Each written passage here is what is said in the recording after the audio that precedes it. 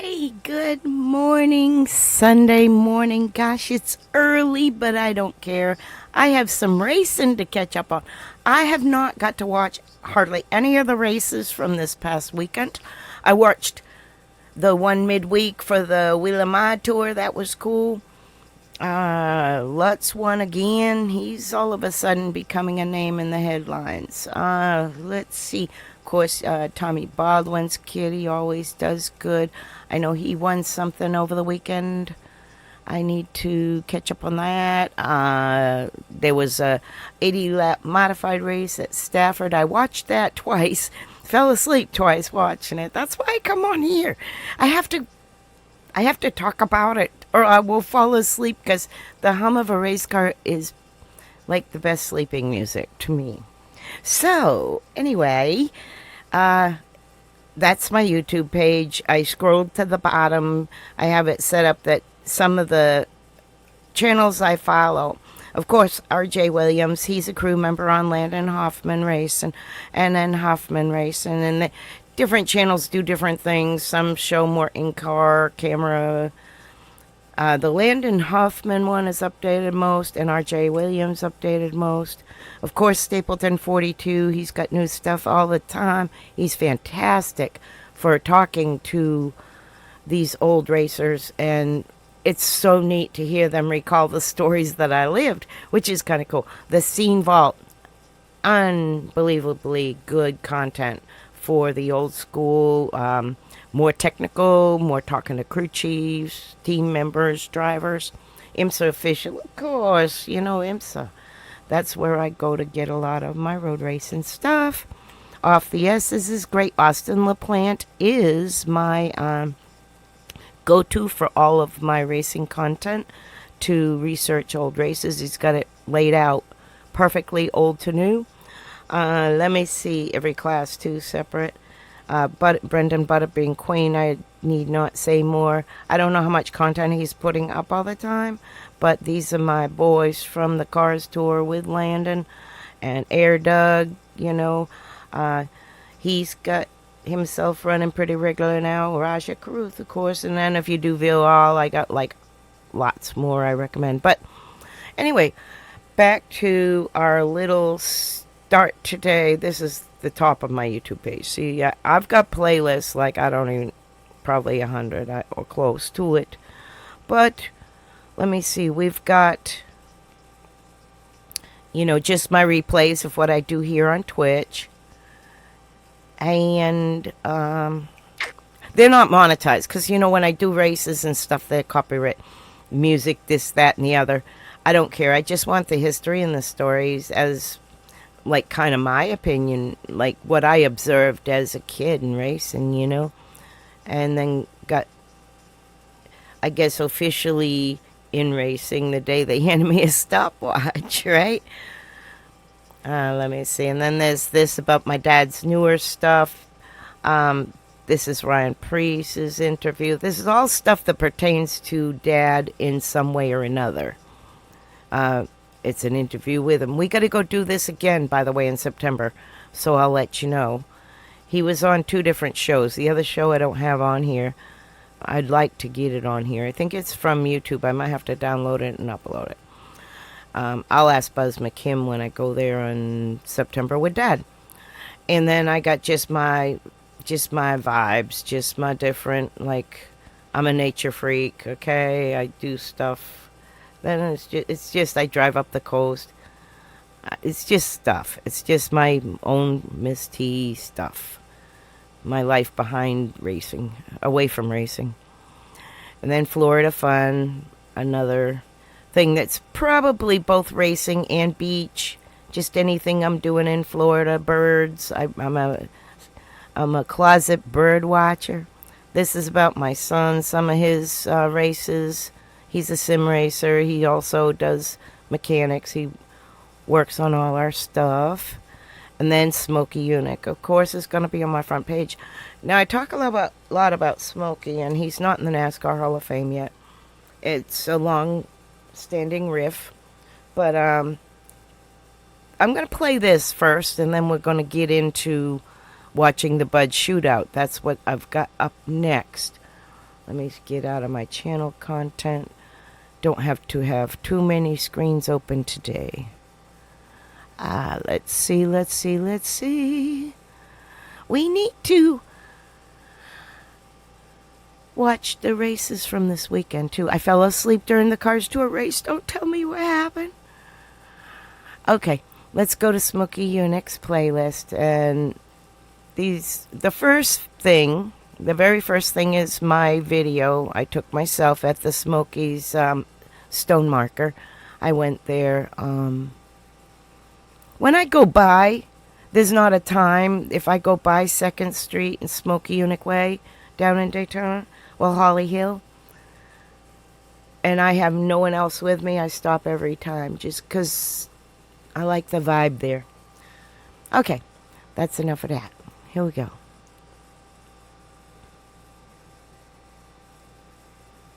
Hey guys, quick trip to Daytona. I'm on Smokey Unix Way, which is that road right there. I'm in the park where they have the Smokey Unix Memorial. I stopped by just to see it. It's looking great. Legendary NASCAR mechanic, crew chief, and owner Henry Smokey Unix famous garage stood just south of this spot from 1947 to 2001. He was a self-taught mechanical genius who excelled in all forms of auto racing, winning the Daytona 500 in 1961 and 62, the Indianapolis 500 in 1960, the innovations and designs Smokey invented here, improved vehicles, performance of race cars, passenger vehicles over several decades. The last remnant of the garage burned in 2011, memorialized in conjunction with the city of Holly Hill, Florida, and concept by members of the Motor Racing Heritage Association. And if you step right here, you can actually see the entrance down there where the driveway was, and a little bit of the foundation I hear is over there. I'm not gonna go mess and trespass and all that, but that's a little bit about Smokey's. Best damn garage in town was right here.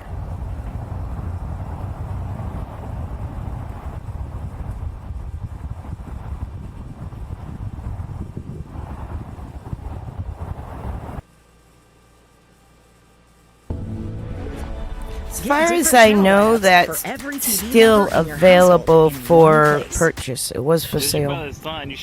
This is somebody else's, but it's really well done. He did it in 2020. This is looking from where I was, and he toured me opposite direction. K-Train's great.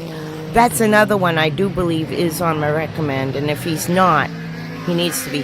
This guy does those. I get chills. IMSA. My dad knew Smokey then. Not then, but when he was more older. He built one engine for one of the modifieds my dad's team was with.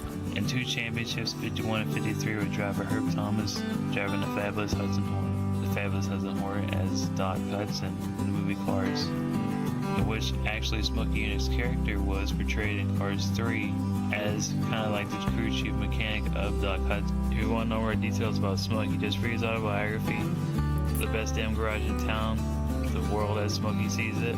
Also his audio that is so good. Super Speedweeks, which is if I can borrow it from Dad again, we'll do a commentary on it. I'd say that's probably the best title I've ever heard for a book ever. For more detail, check that stuff out. Now it says Riverside Park in Holly Hill. 957 North Beach Street, Holly Hill, Florida, was the home of Horsepower in Daytona Beach.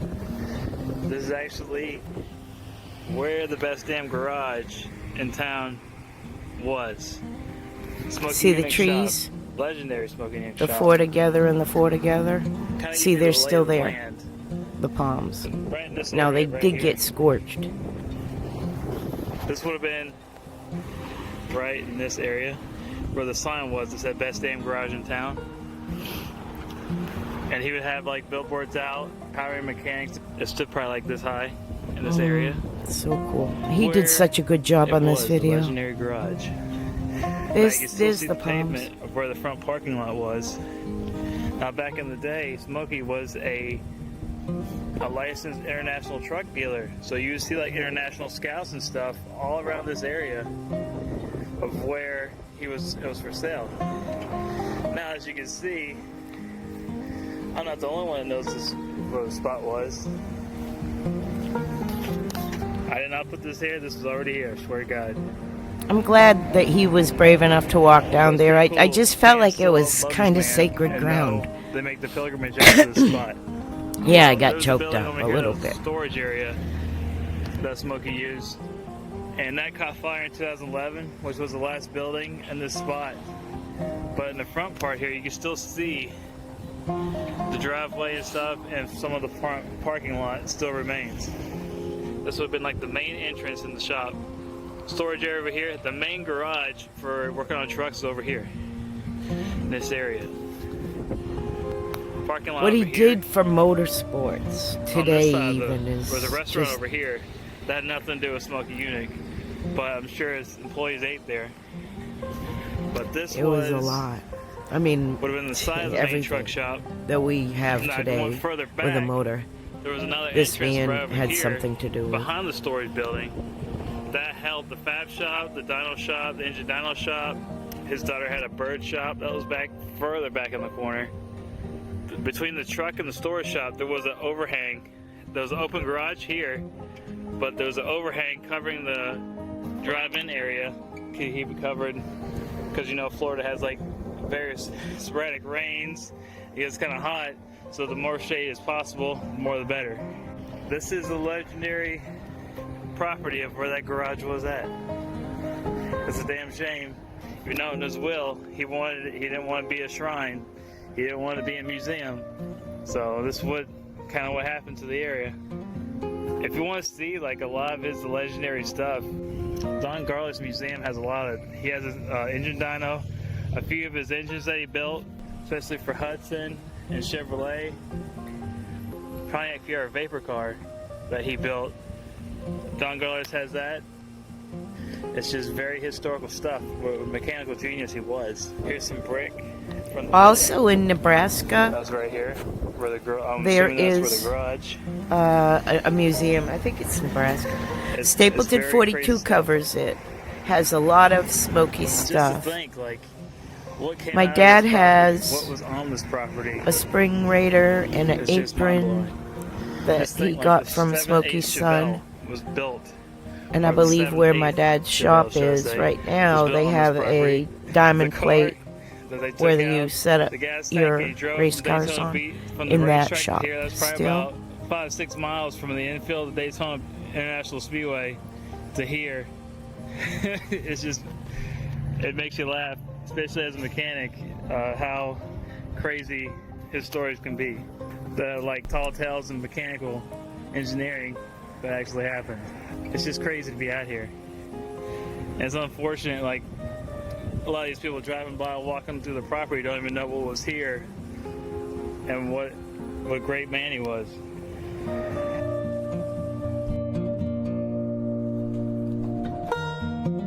You still, even though it's like a blank field, it's just in awe of what was here. Let me get you on the back part of this, show you where exactly the stuff was.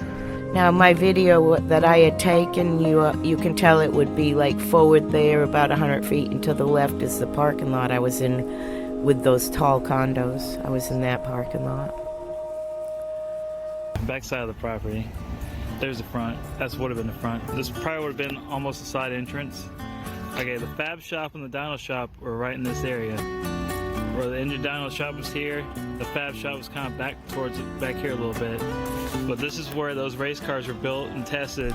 Very cool Late at stuff. night, it was not strange.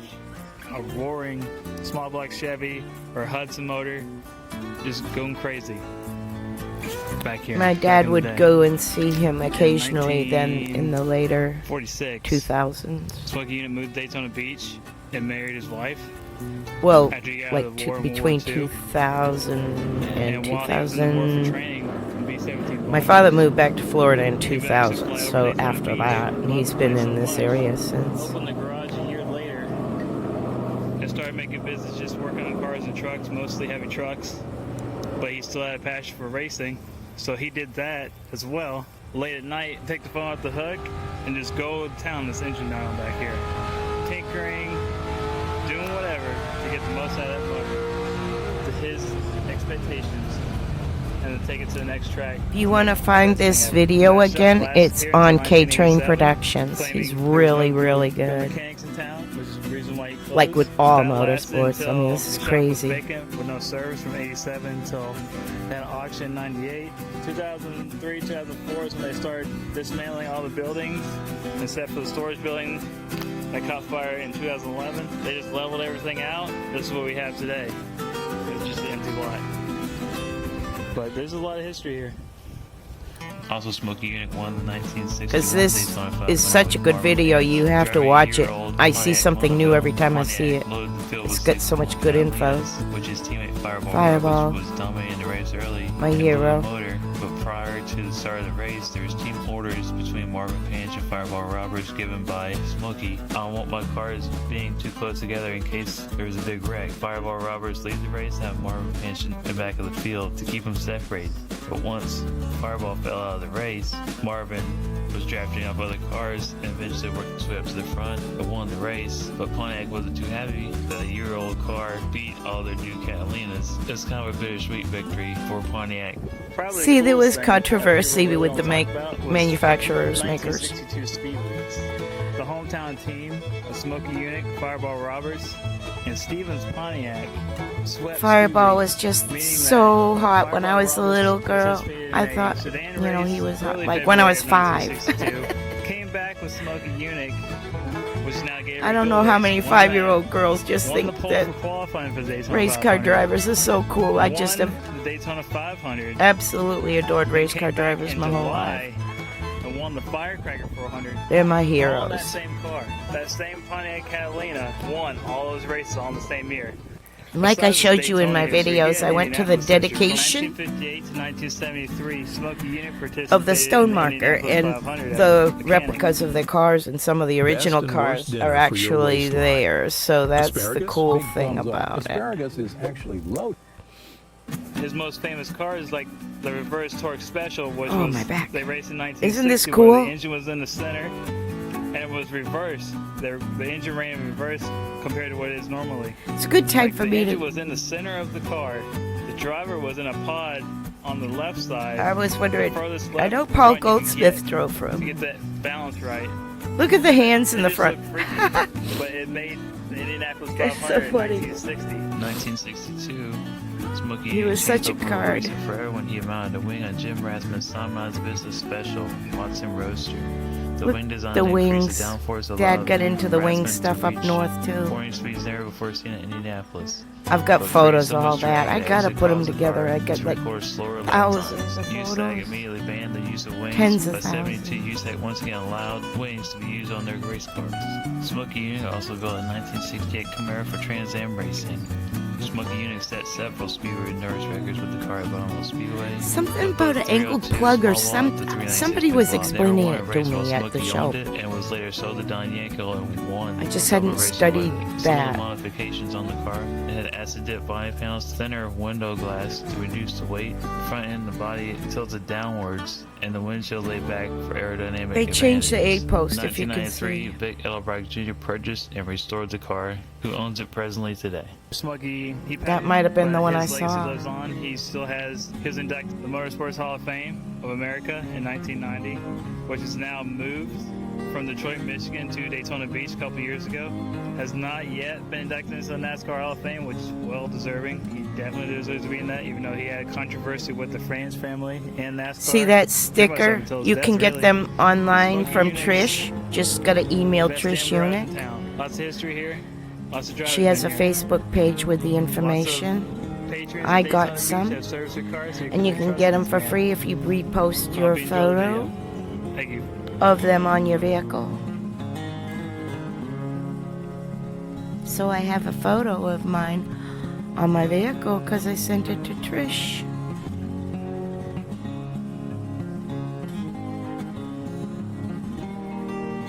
History is so important, especially right now.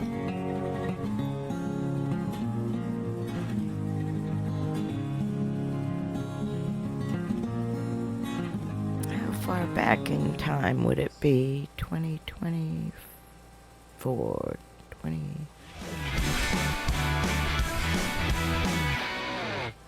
All right, this a little bit more. This isn't so long. It's only 2 minutes. Pioneer, Henry Smokey Unix legend began The rest of them are only about 2 minutes.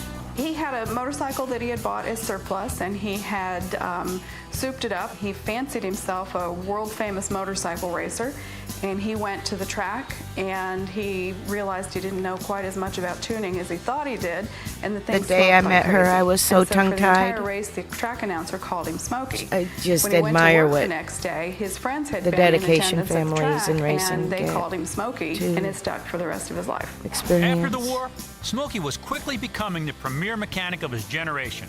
He moved to Florida and started racing stock cars. And during NASCAR's early years, Smokey set the standard for innovation. Whether it was engines, aerodynamics, or safety, Smokey developed ways of making any vehicle better.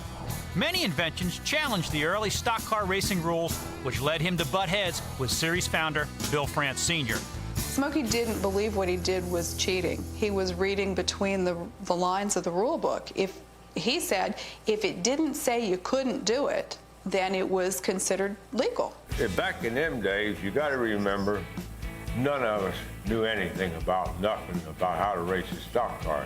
Also, France started NASCAR, and he didn't know what the hell he was doing either. So he wrote the rule book, which was about 1 page. And it started off with you can't do nothing. So you ride around there a couple of laps and the damn wheels would fall off, and you'd say, well, how are we going to run this thing with no wheels, France? And he'd say, well, maybe you'll have to fix the wheel. So you fix the wheel, and then the hub would fall off. You say, how the hell are we going to run this without any front hubs? And, well, we'll have to fix that. So they made the rules up as you went, and you did the fixing as the stuff fell off. All that reading between the lines translated into 57 wins and 2 championships in NASCAR, with drivers behind the wheel like Fireball Roberts, Herb Thomas, and Curtis Turner. Smokey also found success at the Indianapolis Motor Speedway with driver Jim Rathman. Jim Rathman. All right, this is Smokey. A guy like Tony Stewart. This is important stuff. Hi, Pops. And now he's down here trying to do Busch. He was 11th fast at one point this week, and he thinks he's going to do well. What about newcomers like that? Do you see anybody on the horizon that you think's a newcomer? Sure, that's how NASCAR got started. That's what Indianapolis was all about. Every year you found a new Tony Stewart. I remember when the day A.J. Foyt came there in 1958, same day, year that I started. Cocky and with, talent running out both ears, and then went on to become arguably the best driver this country ever had, and that's what it was good about. That's what NASCAR was good about. Tony Stewart ain't no different in 1995 than A.J. Foyt was in 1958. The only difference was that in the big argument between the IRL and the CART, Tony Stewart got a chance. That's what happened. If that argument hadn't started between those two companies, two organizations, Tony Stewart would still be driving a goddamn midget and a sprinter, and maybe he'd have got a ride in the Busch car. But it'd all be the hard way. Now, I think Tony Stewart has got a lot of talent, and he probably has a hell of a future. But I'm going to tell you something. There's still 99 more Tony Stewarts out there if you just give them a goddamn chance right now. And that's the way racing used to be. If you had the talent and the perseverance, you could get a shot at it. You can't now. It's pretty interesting. Write, your tone he really was not off at all on that. That's one of my favorite quotes, 99 that didn't get a chance. Yeah, I guess you'd have to say, I'll tell you right up front. Or 99 should get a chance. I knew of Bill France Jr., he would have had to went to 4th grade for 3 more years to get an idiot's license. But what's happened here now is that he's controlling a billion-dollar business very successfully. So apparently, since I last had anything to do with Bill France Jr., he got educated. A few of you people ever saw. Let me AJ. pause that just a second. That's what he said about Bill France. But that's probably why this is the Hall of Fame stickers I was talking about. It says Smokey belongs. And it says Smokey, the best damn garage in town. And yeah. So these are the stickers you can receive if you go on, I think, SmokeyUnic.com or go to Trish's Facebook channel. So now there's just a little bit more on Smokey, and we're going to get to the Bud Shootout. But yeah, that's the deal there with the, photos. I'm just going to shut this window because I don't need it. We'll continue with this one, and I think that's the last one I'm going to play today. I'll play about 12 more minutes of this. Let me see. This one's 54 seconds, and then there's a 10-minute that I might play a portion of. Here we go. Drive a race car, you don't know what the hell I'm talking about. But there was a time, and quite a lengthy time, we absolutely couldn't beat that son of a bitch. No matter what we tried, he was just, and it didn't make any difference whether a midget or a sprint car, an Indy car, a sports car, a stock car, whatever it was. He just went like a bat out of hell. And he really, when cars started to handle, and he was not able to drive them anymore. He had driven junk in the handling department for so many years and learned how to master that when he got a good handling car, he didn't know what the hell to do with it. And when he was really good, like say at Indy, he'd kill himself 3 times a lap and never put a scratch on the car. It was amazing what the guy could do.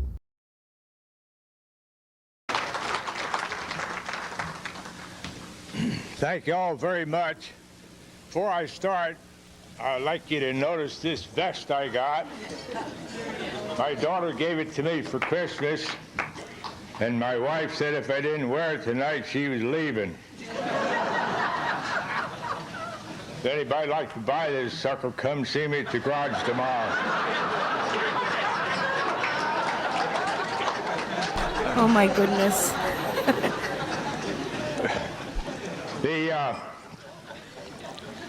I guess some of you who have been racers for years wondered why I picked Don O'Reilly to say the kind words about myself and my career. And I want to get into that in a little bit. But first I want to thank the Rotary Club. I've been in several Hall of Fames, but this is particularly special in your hometown to be honored this way. And I don't really know how to explain the difference between this one and the rest of them, but it's really special, and I very, very much appreciate it. And I wish that your club and your award received a little bit more praise from the racing community, because I think that what you're trying to do, or what you are doing, is very, very helpful in racing. Maybe this kind of sounds like backslapping, but I think in any successful society, you got to honor your heroes and your leaders. And Facts.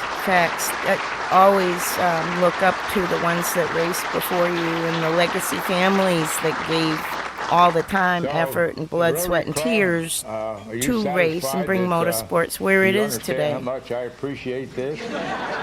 You know, we all worked for pennies, for a tip, or for a hotel room, or, you know, and nowadays it's so different.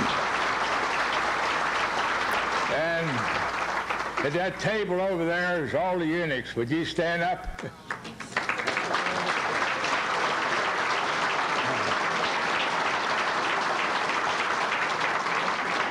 Now, Dewey, I don't think the cameraman found him. Not a eunuch. He's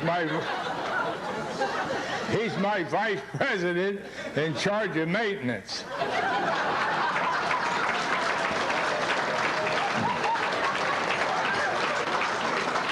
We had to get that straight, Dewey. He's been with me about 40-some years.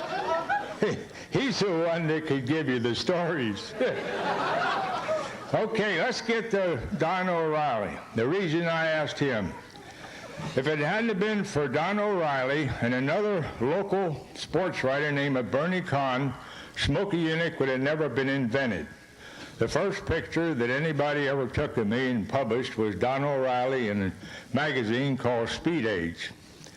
Back in those days, when racing first started in '47, to me is when it started with cars. I started motorcycles before that. I had a little interruption where they had an argument with some sneaky Jap and some German asshole. Okay, now he's not going to be politically correct, you know. He told it in a comedic way, Took 5 years out of but my he life. loved everybody. It was just a real funny way Don didn't quite describe he had it. about himself that I thought started was off in a little Marrakesh, George Carlin Africa. type.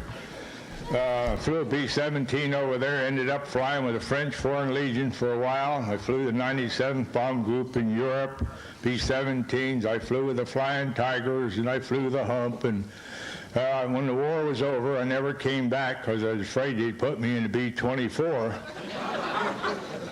So I came back from Okinawa when the war was over. So when I got started racing, for some reason, Don O'Reilly, who had started a magazine called Speed Age. All we had up to that time was 2 weekly rags, as I remember. Of course, you know, in 50-something years, as you get older, your memory ain't as good as it ought to be. One of them was run by a guy named Walter Bull. Is that right, Don?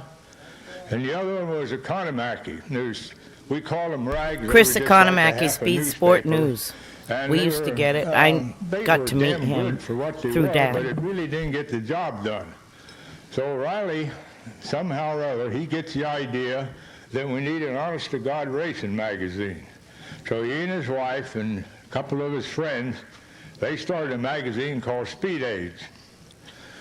If it hadn't been for Speed Age and, of course, the Walter Bull stuff and the Economakis as well, Hey, Pops. that's what got us going, because in those days, the only way that a racer could be mentioned or a race be mentioned in the newspaper is somebody had to get his ass killed.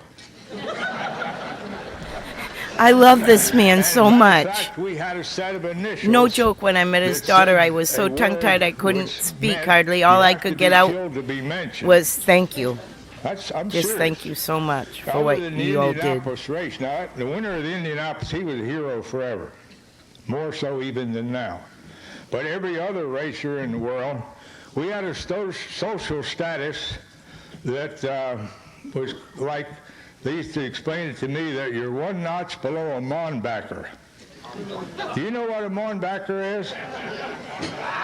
He's the guy who stands behind the garbage truck and says, "Mon back, mon back."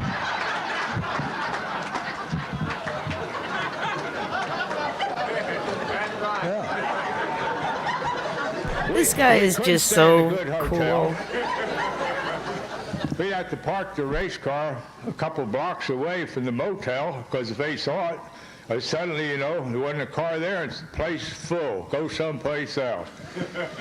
And so O'Reilly and a few like him helped this thing get going, and they never, ever got credit for it. Now, one of the things that I liked about writers, if there was anybody in the whole United States that made less money than we did, it was them. No joke, all the writers I don't in know how the sports hell they through ever the lived. 70s, they lived in their cars, guys. So, Between O'Reilly cars and Bernie tracks Kahn, and the local writer, the office, we After didn't I got have through internet. reading the paper We every had to Monday deliver morning, by hand. I didn't hardly know what in the hell they were talking about, you know, because it didn't make any difference whether we won or not, but whenever we blew up or crashed, as far as they was concerned, the race ended, we'd won it, and they went home. So, being that special, I wanted you to know and meet Don O'Reilly, because here's what I'm thinking. If there's anybody that belongs in this Hall of Fame, he's one of them. And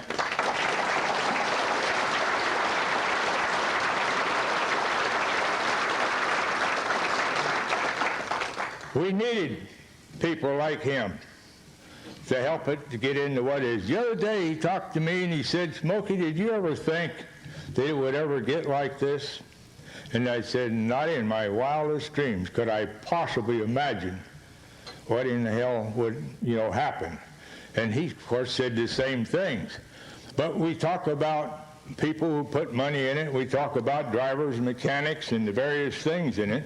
But I have never heard anybody really pay any attention to those people who publicized this and made the public aware of what we were trying to do, what we were doing. And what's more important was that what they published was very carefully censored, screened, whitewashed, and so forth, or we'd all been in jail long ago. Oh my God. If you read his back biography, them it's days, not far from the If truth. you stepped on a rattlesnake walking around barefoot, you wouldn't even get, sick, because from what we ate and drank during those years from 47 to 60 made us immune from everything there was, including AIDS and cancer.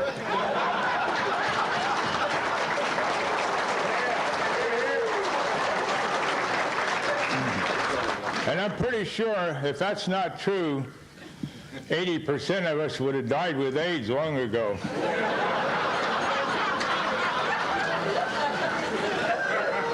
All right.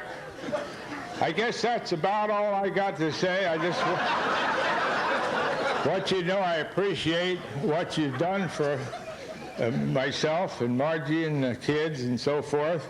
And thank you again.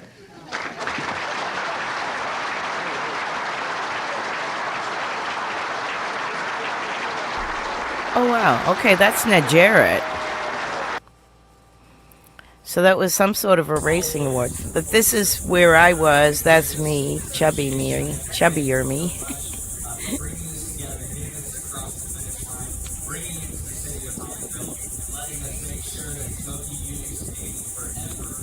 So anyway, I got to see Fireball Roberts' car and Marvin Panch's car. And I think I played this the other day, so I'm not going to replay it, but I'll play just this 2-minute clip, and they're all on my YouTube page, like I said.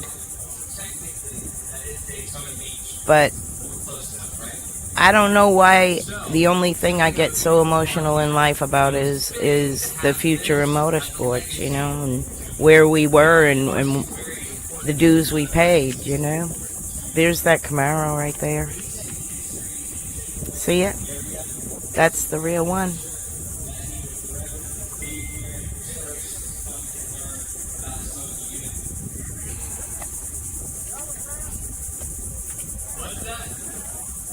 So anyway,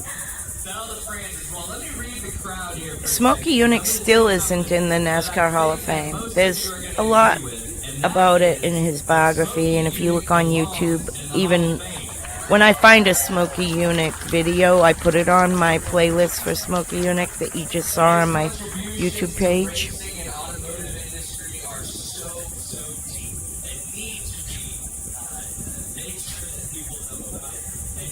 A lot of these old racers here this day are on that Legends of Auto Racing Hall of Fame sportscast every Friday.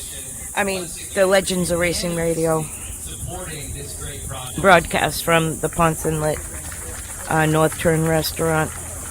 They have a YouTube channel too, and it's in my links as well. We are marking Smokey Yunick's name in stone for all history, so that his legacy will always continue on in the city of Hollyville. Generations to come. On the right-hand side, sitting in the chairs, is all the Yunick family.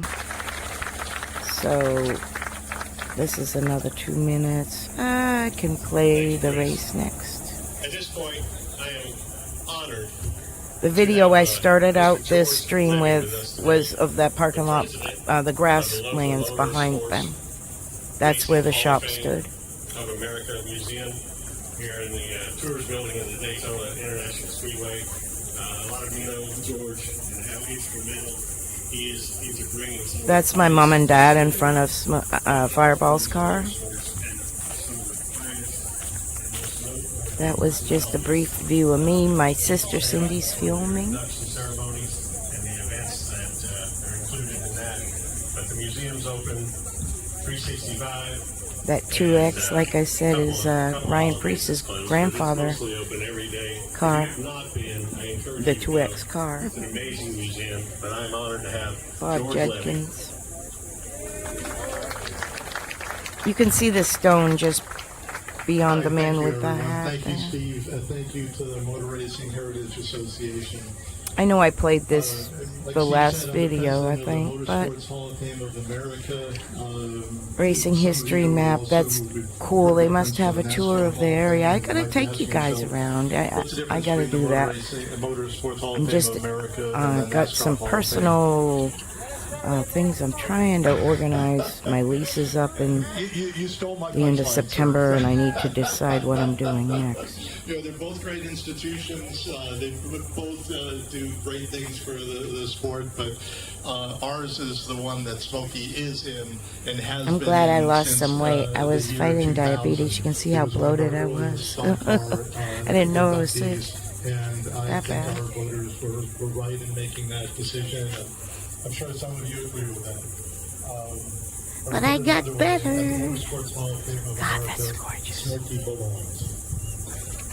God, that's just gorgeous. They drove with a bucket seat, dude. There's my puppy. And that guy Billy holding my puppy's leash was friends with Mario Fats Caruso, who is my son's Mario Fats Caruso. He was on his pit crew.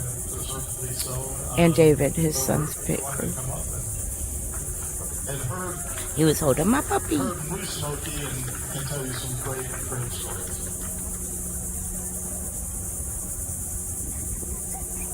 I love that truck painted the same.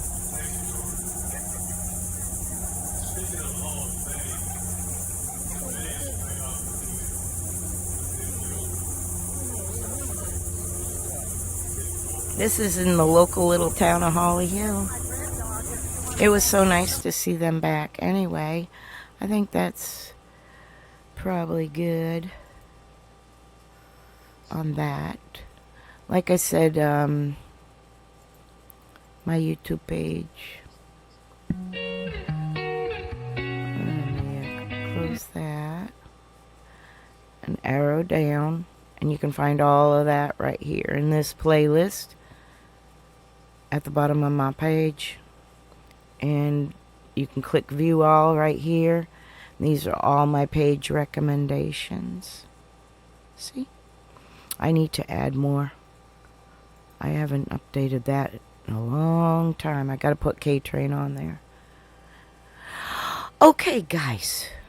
Enough of my yapping on me.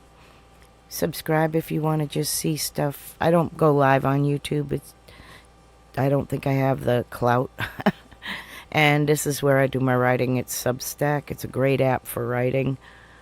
I know it's more of a social thing, but I like it for my editing. So anyway, that's that. That's how you find me. Oh, I was found twice. Let's go to this. 1999 Speedweeks. We just did all the ARCA pole qualifying and stuff yesterday. Speedweeks Day 1 and Day 2. This is now the Bud Shootout. When I was a kid, I used to dream of being king of the hill. Oh. Jeff Gordon reached NASCAR's peak last year, but today is the dawn of a new season, becoming king of the hill at Daytona. It may or may not interrupt with commercials. Aspiring to sit atop the scoring pylon as pole sitter for next Sunday's Daytona 500. I snooze them as much as I can. The boys will battle for the premier spot. They all when they allow me at to. the top of the list. Joe Namacher. When all is said and done. Oh, the Young Guns. I'm I'm gunning to be on top. But when the dust settles, Remember the Young Guns promo? has taught us no matter how many battle on the hill today, there will be only one king. Ah, Richard. I'm telling you, after Fireball lost his life, I was a Richard Petty fan, and I built his little model car of the Pontiac Roadrunner with the wing. You know, little Revel model kits with the glue and all that, and painting all the little pieces. A glorious day to commence the glory days of the Daytona International Speedway, 1999. That's something I should do again. God, I love making models. I don't know if my eyesight's good enough anymore. I'd have to get one of those mirror things that old people use, like jewelers, just to build models. 58 of the world's finest stock car drivers are at the ready. They've been practicing, preparing, testing their cars. If you hear noise in the background, I have Vada Racing up in the back. 2.5-mile track. I always lurk somebody. I try to anyway. I can't lurk too many when I'm streaming. That's the only thing. Because my computer is very, very sensitive. It's very old. It's just being very, very kind, not messing up. He turned the fastest lap of the day.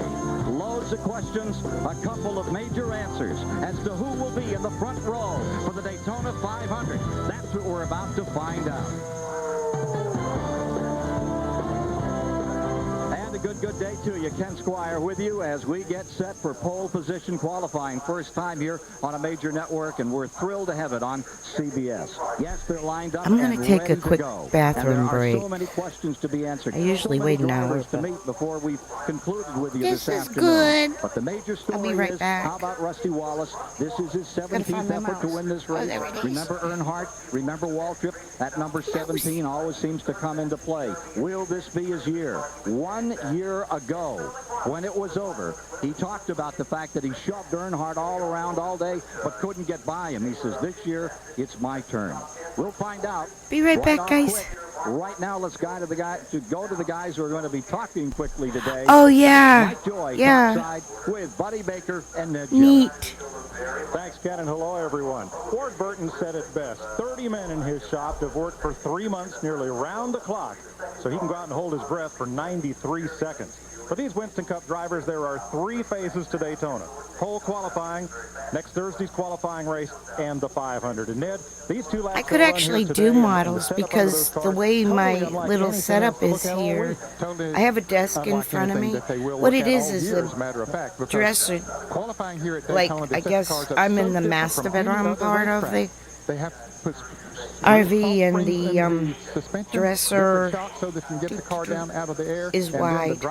It's like a big dresser slash desk. It's got kind of a curved front where I'm able to attach my mic to and everything. I could put my laptop there as well. My little tablet laptop, my Chromebook. How important are those speeds to what will happen? But I use that over there by my bed when I'm sleeping. With a car that's capable of setting on the pole, the last person you want to know how fast you can What I run need to is the know guy that's trying to beat is you. where to move So you this hold a little RV bit back. in I less than always 6 said when I weeks. had the better car. Because they're racing the rent-a-can. No, I watched you, Neil. Unless I can negotiate something, I gotta be on the mindset that I gotta roll. miles an hour. Let's go meet the 3 fellows who'll be trackside for us today, starting with the editor of Stock Car Racing magazine. In the garage area, here's Dick Bergeron.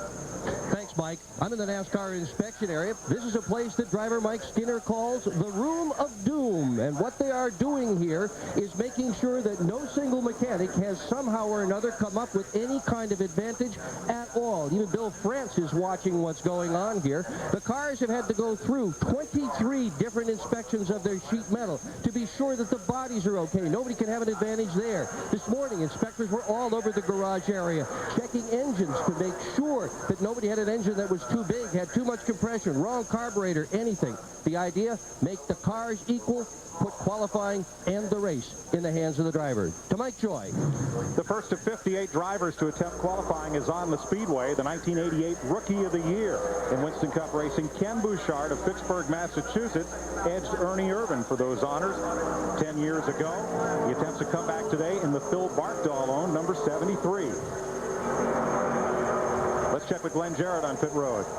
And Mike, another guy attempting to come back today is this man, Ernie Irvan. At the end of last year in October at Talladega, he suffered a hard crash that aggravated some of the injuries he suffered in that devastating wreck in Michigan in 1994. Ernie had to miss the last 4 races of the season, but you're back now. You're pretty fast. Are you ready? Are you okay? I'm feeling real good. You know, I probably feel a lot better than I sound. Kind of got a cold and the flu the last couple days. So, you know, things are, you know, shaping up for this M&M's Pontiac. Ernie, it's good to see you back. Ernie Irvan won the Daytona 500 in 1991. He's never won the pole for this race. He'd like to change that today. Kenny Bouchard completing his qualifying run. First lap, 185.762 miles an hour, 48.449 seconds. Now on his second lap, Buddy, right down against the white line, bottom of the racetrack. Absolutely. The first lap, you just kind of throw it away. You run as high. My dad worked with that driver's son. I don't recognize this car. See, I got away from racing, I'm telling you.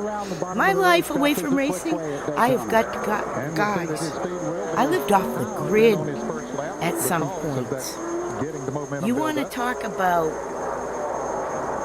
a story. My racing story is fun, but living off the grid and doing the things I did after racing would be like, I was not a normal person, okay? I was a beekeeper, a gardener, I made a Zen garden, I had koi fish, I had goldfish, I had a cabin off the grid on the water. Was 5th in 1994. I built cabins. I lived in a tent. I built a cabin around my tent. I'm telling you, man, I did some stuff that was the coolest thing, and that's how I got my Stelly. I mean, I'm not talking a long time ago. I used to walk 7 miles a day. This is why I need knees. I need new Heim joints in my knees. They have in it, the shock absorbers which work together with that to allow the back end to get as low as possible. You can look like the nose is fixing to take off. But I am looking for my perfect scenario would be a few acres off grid with running water. Does not matter about power if we have a running creek. My son can make hydropower very, very easily, and we could do a triple combination of hydro, solar and wind, and between the 3 you can zone your house perfect. You can make zones. I know these things. I did this before in a beautiful Fisher stove, needle landwood resources, a few, you know, hardwood trees that drop lots of stuff, and you know, if we have to buy wood, we would, but you know, it's nice if you don't have to. I'm telling you, man, I lived in this cabin. It was a lease purchase for 2013 to 2016. At that point, the person that owned it said she had a cash buyer, and she was also a friend. My boyfriend got sick, so I moved into his place. I mean, sick, epilepsy sick. So I moved into his place and gave up the cabin, and I never, ever should have done that. I never should have done that. Because she ended up not selling it, and it's still vacant. I still have a claim to it because I paid taxes. It's just but it's in like the worst town right now for criminality and stuff like that. So I'm just like trying to just make some smart decisions. That's all going on in my mind while I'm doing this racing stuff, because racing stuff right now, I got a lot. I got to get together. I'm going to go on Substack today and do the list from my father of all the people he raced with, because he's going to have that for a radio show. Plus I'm able to do that and maybe print out on my, because I'll just bring my Substack app up on my Chromebook that's hooked up to the printer. Do that. Print him out some stuff for his interviews, and maybe for the next few weeks on Friday we can go support that in person. Maybe. I am wishful thinking, but it'd be great to take y'all down there to the North Turn restaurant if I could do it live somehow. But they're live, so it's like I can be live for a little and then switch you to their channel. That's what I could do. And they have a gorgeous little museum. Oh my God, I gotta do it. We're gonna do it. We're gonna do it. We're gonna go there. The first 14 finishers in each of those races will fill positions the original 3 beach through 30 on the course, Daytona guys. 500 starting grid, and then we revert to time trials for the next 6 positions and car owner provisionals and champions. I'm coming on camera. Just a second. Just a second. In 40 races here, 7 have been won from the pole. 7 have been won from the outside pole position. It's very important to try to get a good qualifying speed. 18 have been won from position 3 through 10. So that means only 8 have been won from outside the top 10. So that's why they want to work as hard as they possibly can to start up front. Let's go to pit row here. Elliott Sadler, 189.913 miles per hour on his first lap. Here's Ralph Shaheen. Well, Mike, a 194.187 for Rusty Wallace. You think that's So this is Bud Poe qualifying. I think we. so. I don't know. Okay, the shootout's coming. We did ARCA yesterday, I think. Guys, I said, look, that car ran better than I thought it was going to run, and no matter what happens, I love y'all. You're doing a great job for me. So Just to reiterate, I'm doing the Speedweeks, so I can see the generation from 97 when I got out of it. This is just 2 years, and so much has changed already with like the formats and stuff. On the Busch Clash became the Bud Shootout, and it's race you way in, and which is all fine. That's fun. But the SB2, I heard this SB2. What the flip is an SB2? Oh, it's like not a small. It's small block too. Duh. Well, small block. I know that. Gotta get all technical with your acronyms. I was like, what the fuck? Just means a 12-to-1 compression, not 18-to-1 or 15-to-1 or whatever. They change everywhere you go and every year. It doesn't matter. Like, I'm used to that with series since the 60s, but I thought it was some high tech. No, it's just, should it be SM2, Smoky Unit, or SY, Smoky Unit 2. He did the small block technology. Here's a look at the entries for the Daytona 500. A total of 58 of I gotta pull up that picture too of the small block technology. Because my dad, my dad, I asked him which motor. It was a number 7 car. It was for the Billy Hood car that Marvin Rifkin at M&H Tire bought off of Billy Hood. And my dad worked on it at both Billy Hood's and at Marvin's with Ronnie Bouchard driving. And I put the 2 pictures up, and I asked my dad which one is Smokey's engine, and he said he's pretty sure it's the one that I'm going to show you. Look how low the back end of that car was as it came off of turn 2.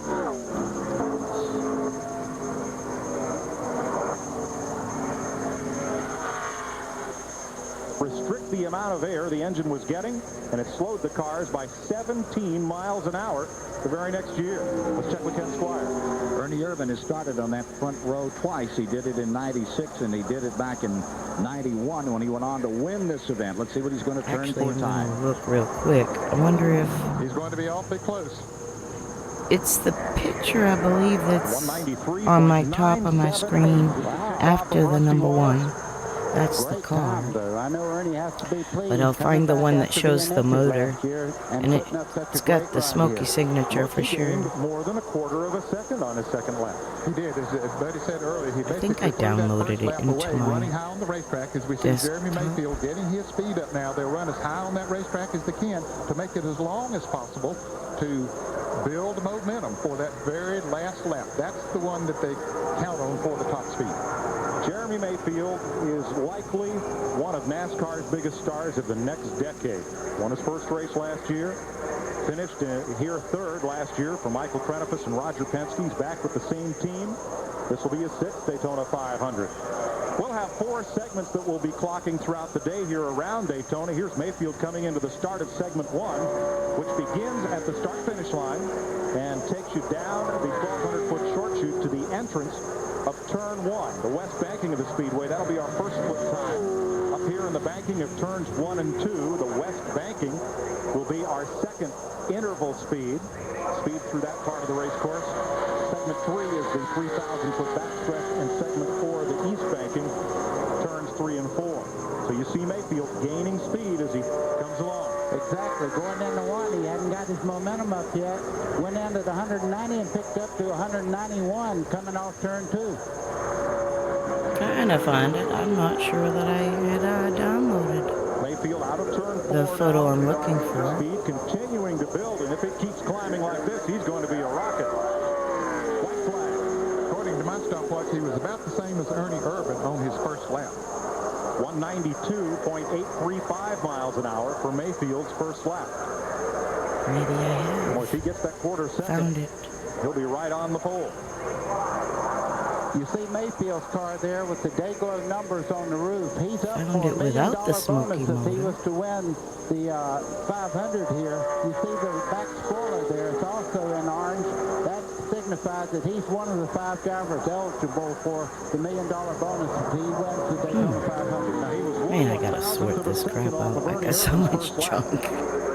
Not junk, but I got so many pictures that I need to And here is Mayfield, checkered flag. sort. That's what I need to Could have do. been an all Penske front row, 12 and 2, not 2 and 12, but it won't be. Nope, 193. My photo albums are about as ADD as I behind am. Rusty Wallace and Ernie Irvan. That was still a very good qualifying effort. Good run for Jeremy Mayfield. Here it is. Coming up for Daytona 500 pole qualifying, Joe Nemechek, Jeff Burton, Gary Bradbury, Michael Waltrip, Sterling Marlin, and Robert Presley. That's my dad's car with the smoky unit engine. Well, he didn't own it. He worked on it. When I say our car, it's Marvin Rifkin at M&H Tire owned it. But that was a smoky unit engine right there. I want to say that was about 1975. 192.728 miles an hour. He picks up almost a full mile an hour. And the Felix Sabaty Chevy, 193.628 will place him 4th in the order right now. Oh, Sabco. That's when Joe went to Sabco. Dad should have gone. I mean, I know he was thinking about it. On qualifying because they taped the front of the car up and you could see the water spewing out. I'll be back on live in a minute. It'll be dry before the next car gets there. You can see there 46.481 seconds on his second lap, which is very, very close to the times that Ernie Irvan and Jeremy Mayfield turned in. I guess air going through that radiator would slow the car down. They tape the nose up for aerodynamic purposes and start with cold water in there. Absolutely. You're close to 260 degrees on the water temperature after 2 laps here. Jeff Burton from South Boston, Virginia, one of a number of brother acts in this Daytona 500 field. His brother Ward is here as well. Driving for Jack Roush in the number 99 Ford, and he goes on the clock under the green flag. Now, the fastest first lap so far, Rusty Wallace at 46.489 seconds. Ernie Irvan was 0.2 off of that, and Jeremy Mayfield was just 1,000th of a second off of Rusty Wallace. So on the clock, Jeff Burton, who also came out of the Busch Grand National Series, had a lot of success there and won his first Winston Cup race last year.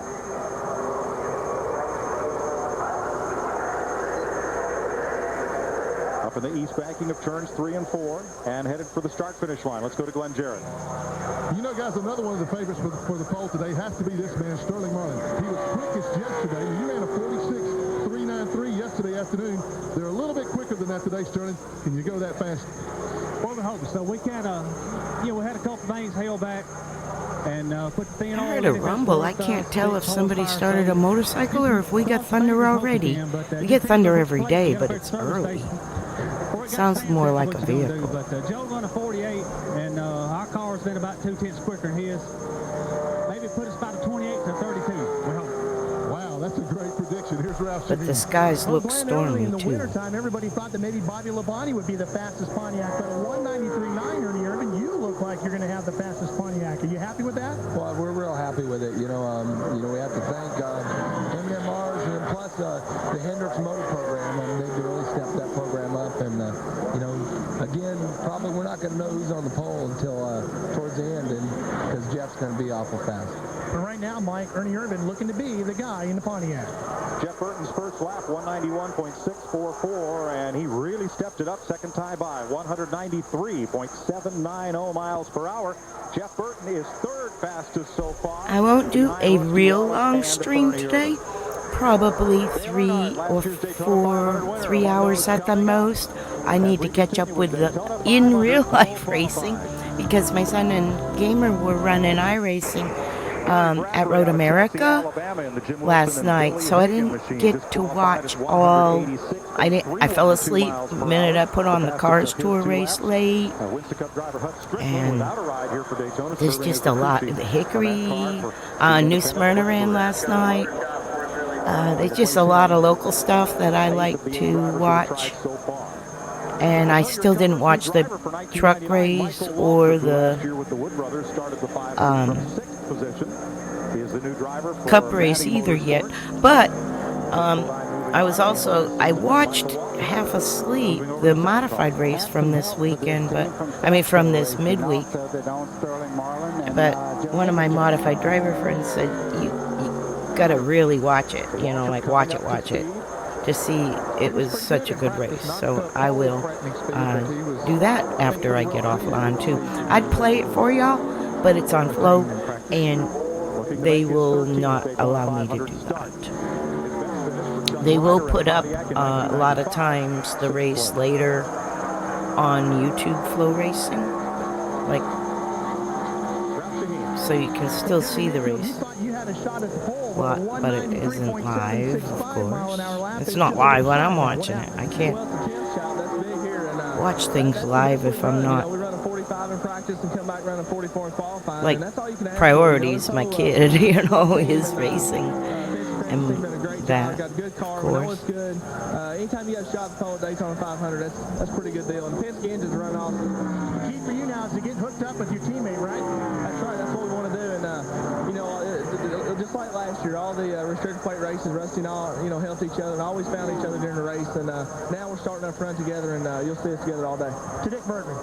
Now, Jeremy was just talking about restrictor plate racing. This is a restrictor plate.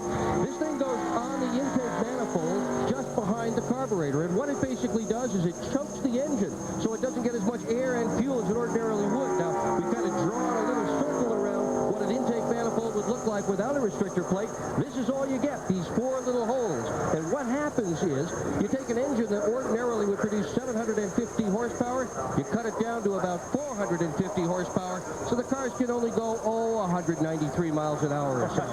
Without this, it's hard to imagine how fast they go, but they surely would be well over 200, Mike.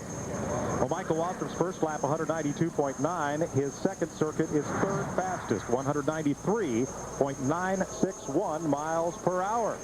Let's meet the man who currently sits precariously atop the pole. He's with Ken Squire. And Mike, this morning in the Daytona Journal, here's the direct quote, front page.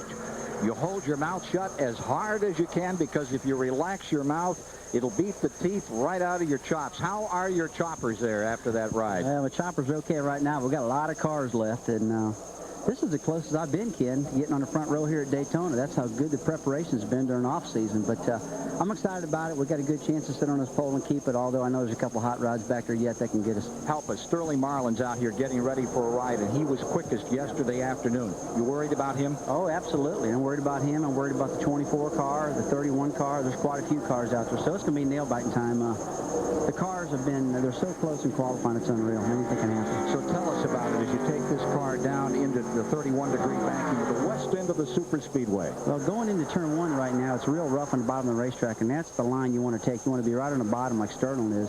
Very, very rough through there, especially with these qualifying setups. Then you start watching the tachometer, it starts revving back up and reaching its peak speed. going into the back straightaway turn number 3. Then it's a little not as rough in 3 as it is in turn 1 and 2. And right then, as you take your first lap, you're hoping that tech armor is going to be up where you want it. Are you surprised how tightly together they're running? I'm very surprised. I'm blown away about how tight the times are right now. It's very, very unusual. How rough is 4 these days? Turn 4 is not too bad on the exit. Turn 1 and 2 is the turn we fight most of the time now. Okay, here we come to complete lap number 1 on the 2-time winner of the Daytona 500, Sterling Marlin. And Rusty Wallace is as anxious as anyone I've seen about this run by Sterling. Yesterday afternoon, he was quick. Sterling Marlin, one of the Felix Sabetta's cars, number 40, and there's that lap. Hey, 192.765. Now he's going to try to bust it here in lap number 2. Right now he's watching his tack. It's getting to the peak RPM. He's telling himself, boy, I hope this thing's higher than it was in practice because he needs that to sit on the pole. And I know I was telling myself that, although I was a little off coming off the corners. I think it's because the car was bouncing around a little bit. By the end of the back straightaway, it's higher than it's been now. Wind helped you down the back stretch? I didn't feel the wind at all. It was pretty smooth out there, it really was. The temperatures are up right now, which doesn't help matters. Flat foot all the way around. Oh, yeah, you never lift a bit out there. You're on the gas the whole time. All right, let's see what Sterling Marlin has done in that second lap. And there you see the breakdown in the speeds around from the various traps on the track for Rusty Wallace. Great lap for Wallace, and we're waiting on Sterling Marlin. See what he's registered out here as he makes his attack on this track. I think that was it. 193.657 is not going to do it. Rusty Wallace is still on the pole, but there's plenty more to come here at Daytona. So stay with us.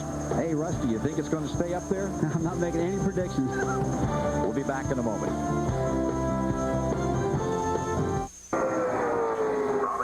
Presley is on the speedway trying to make his 6th Daytona 500. First lap on Presley, 190.718 miles per hour in a Ford Taurus. Another graduate of the Grand National Series. He was an oftentimes winner. Second lap by.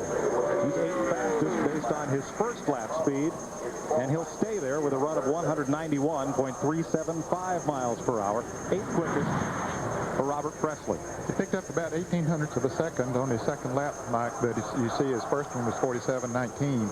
So he needs to pick up quite a bit more speed to be comfortable going into the qualifying races. Let's go down to Dick Berggren. Thanks, Mike. The crew chiefs are down here on pit road looking on, and Todd Parrott takes care of Dale Jarrett's car. Is this as nerve-wracking for you as the drivers? Yeah, I can't wait for this day to get over. This is probably the most nerve-wracking day that we spend all year long, is, you know, going through inspection with all the new stuff and, you know, getting ready for qualifying for the Daytona 500.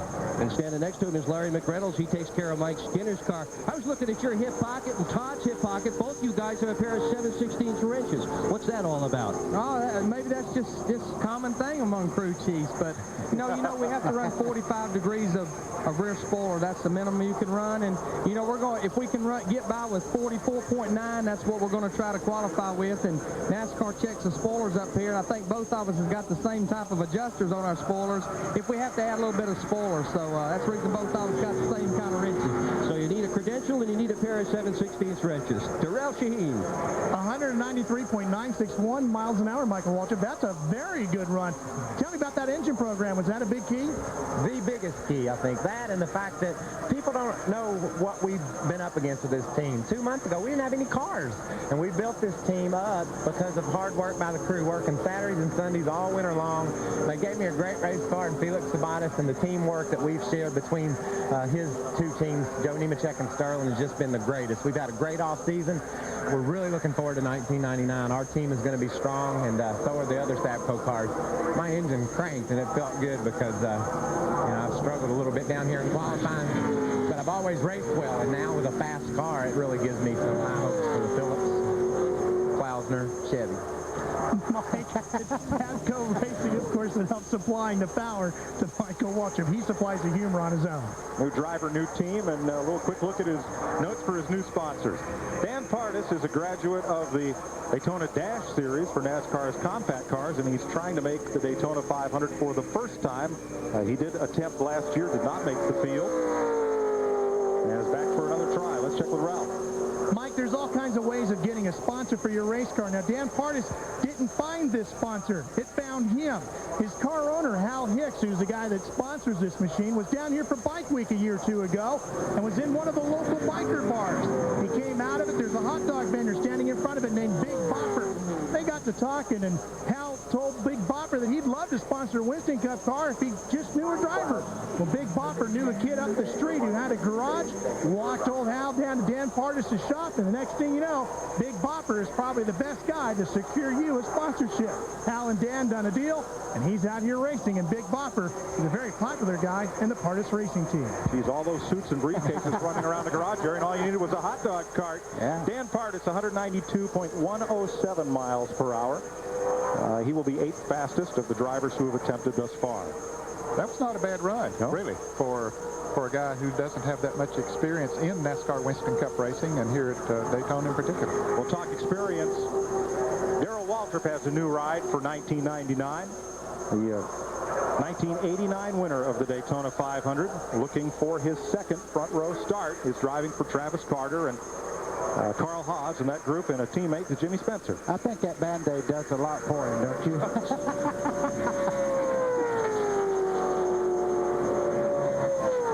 He comes into the 1999 season pumped up.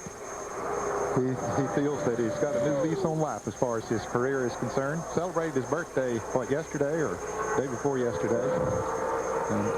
Last year was a tough year for Darrell Waltrip. He had his own team, ended up selling it, got into a situation that wasn't good. Ended up having to take that champion's provisional in 20 of the 32 races. They've revised that rule this year, and Waltrip thinks he can race his way to the front with the team and the equipment that he has this year. Here's Ralph. Well, Jack Roush has 5 cars getting ready to run for the Daytona 500. You've already had one qualifying, Jeff Burton, but your Speedway programs have been a little bit off. What do you think? Have you fixed that problem? Are you ready to go this year? Well, it hasn't been off this year, you know. Last year with the new Taurus, we decided for the limited resources that we had. People say we have unlimited resources, but we don't. They're limited like everybody else's. We decided to outsource the bodies for our restricted cars, Daytona and Talladega, and then come back and concentrate on our downforce program with the new Taurus. Well, we finished very well at Las Vegas, as you'll remember, with 4 out of the top 6 cars and 5 out of the top 9. And that certainly was what we started off trying to do. We wound up worse with a restricted program than I thought we'd be with that trade. This year, we did all of our cars inside. We had ample time with the expansion of the development program for the engine in Mooresville to do 2 really aggressive engine programs, one in Livonia and one in Mooresville. We've got vastly improved unrestricted engines, vastly improved restricted engines, and in-house done bodies, and I'm most optimistic. Mike, a lot of people felt that they could really step up their Speedway program, that might have made the difference between Mark Martin winning or losing that 98 championship. Well, they certainly stepped it up this year. Darrell Waltrip will need to step it up. His second lap is 11th fastest, 190.371 miles per hour, and that's not quite up to contending status. I talked to Darrell yesterday in the garage area, and he says, you know, we're just behind. It's a brand new team. I'm like a phase 2 car where every other teammate is up to a phase 3 car. We don't have the frames raised up to let the car get the travel in the back it needs to qualify, but in the race I'll be great. I have good motors, he said. Well, coming up is the driver who won the pole for the Daytona 500 and the Pepsi 400 here at Daytona last year. Let's go back to Ken Squire. Indeed, this is the guy that did it with a lap at 192 miles per hour just a year ago to take the pole for Joe Gibson Company. 7-time Winston Cup winner. Out of Corpus Christi, Texas, Bobby Labonte is across the line. Concern here, Rusty Wallace? A lot of definite concern because he's been so strong in the past that you don't even expect that. I mean, he's had some troubles here in practice, but I don't expect that to have trouble right now. Eases into that back straightaway. This is lap number 1. Uses the high side of the racetrack, going down into number 3. Not even a feather lift here, right? Just flat down. Flat down, running hard as you can. That's no doubt about it.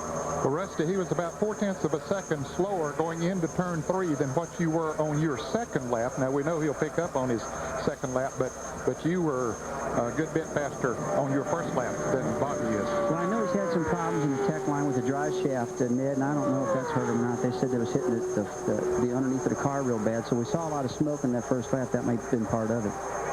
There's a lot more smoke coming out of it now, so something's going bad there right now. On the line, when they pushed the car out earlier in practice, they hit a big smoke cloud. Bobby had to climb out of the car earlier today in practice. Well, just as Rusty was talking about, you could tell that car was bottoming out on the rear wheels also because there's smoke coming out of the fender wells and directly out from the back of the car. So he's bottomed out, and that takes a lot of speed off the cars. And this lap, Rusty, he was 17/100ths of a second slower than you going into turn 3. I think you can rest assured he's not going to be the man that'll beat you. Well, there's one thing I know about you, Ned. I do trust your stock. Thanks for the lurk, Pops. Well, I'm never going to doubt that. I'm coming on screen just a minute. I was just chit-chatting, yapping my son's ear off. I'll be back. That the car that won in 97.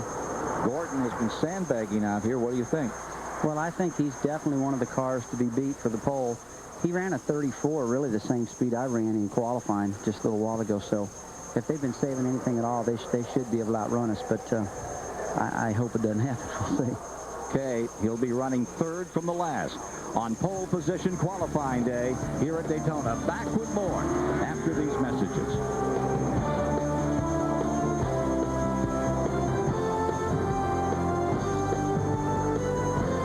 500, Rich Bickle trying to make his 5th Daytona 500 start. Or excuse me, 5th attempt for the Daytona 500 and to make his 2nd start in this race. Well, we've seen the Dale and Dale show here at Daytona before. Dale Jarrett on the right, Dale Earnhardt on the left among those drivers that will qualify later on today. Qualifying is an exciting time for the drivers. No joke, that is the best way to sleep, right across the bleachers at a racetrack. I loved it. Loved it when I was a baby to sleep on the bleachers. Jeff Burton are the top 4, and this is Steve Park. Dick Trickle is scheduled to go out now, Mike, but his car is not on the line, so he's on the 5-minute clock of NASCAR. If he's not ready to roll off in 5 minutes, he'll have to make a run on Monday. Trickle driving a 2nd car out of the Bill Elliott shop. Steve Park had a bad crash in Atlanta in his rookie season, missed most of the 1998 campaign. He's a former winner in Grand National, and for 2 years running, he was most popular driver and the winningest driver on the NASCAR Modified Tour. And he just earned his money coming off turn 2. You could see the car really get sideways there as he had to fight for control.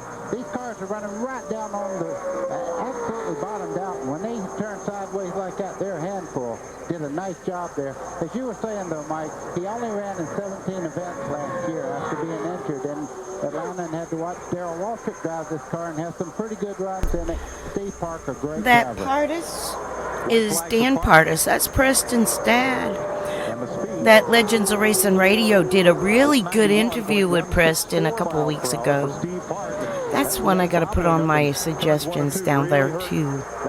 I think that scrubbed a lot of speed. If you want to know, like, old, super old, like even older than me history, that's the show to watch, too.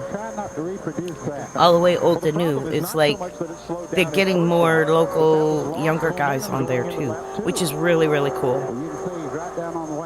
Buzz joked about having me on there, or my mom. But tell you how good this Steve Park is. When he came my out dad said Sandy sure lived it. Like they lived it, you know, my mom and that Bouchard 73. That's Ronnie Bouchard's younger brother, Kenny. Now, for age reference, Ronnie was closer to my parents' age, like the generation in between me and my parents, like 10 years difference. And then Kenny was like 6 years older than me, I think. That's about how it was. Michael Waltrip, Jeff Burton, and Jeremy Mayfield are the 5 Okay. Oh, fastest forgot to so put my far. camera A lot back of big up. My guns yet bad. to go. Coming up soon. Sunday, my brain is like fried. I've got so much running around in my head. I got to talk to Dad yesterday. I just dozed off. It was like before the Cup race. And he said, I texting you to let you know the Cup race is coming on, because Ryan Priest, of course, our family, modified family person, was on the pole. And then he texted me last night something about brakes, maybe. He finished in the back. But glad that happened because definitely Yeah, could have been worse, you know. I got to but, watch the guys that did a great too. job, and as far as a But little bit when he smoke, called I mean, me it and took I a was little bit half of that. asleep There's because no I telling, said, he said, the race is coming on at 7. And I said, maybe yeah, just I'm kind of smoke a little sleeping bit, so you I know, could stay awake for the race. I mean, I was all like little bit tongue-tied and congested in the first day here, so, discombobulated. I was like you know, so come away with cobwebbed. what we ran, I When he think we're pretty called, good. I was So, like, oh you know, my we'll just take God. that and worry about the race. But yeah, he said that he's going to be on racing radio, and he said that Ernie Irvin is the one that's going to be on racing radio next week, I think. I have to look at the page. I think Dad was invited to go on about that time, but I think Dad would rather be on a different time because they're pretty heavy hitters there, you know. Anyway, and long story, you know, it's all the background. What? Green comes around, takes the white flag to complete his first lap. And Mike, I mentioned the fact that Dick was on the 5-minute clock. Now, there are exceptions to that. If you change engines and NASCAR approves that engine change, then you can go ahead and do that and then come out and fall in line when your car is ready to go. You would take off then. This is Bud Pole qualifying. The reason I do it is so I can see who's running with who's driving with who. As far as I know, my father was with Tim Fedua in the Busch side. Now, I don't know if he was still helping Newt on the Cup side officially or unofficially. I'm sure unofficially a lot.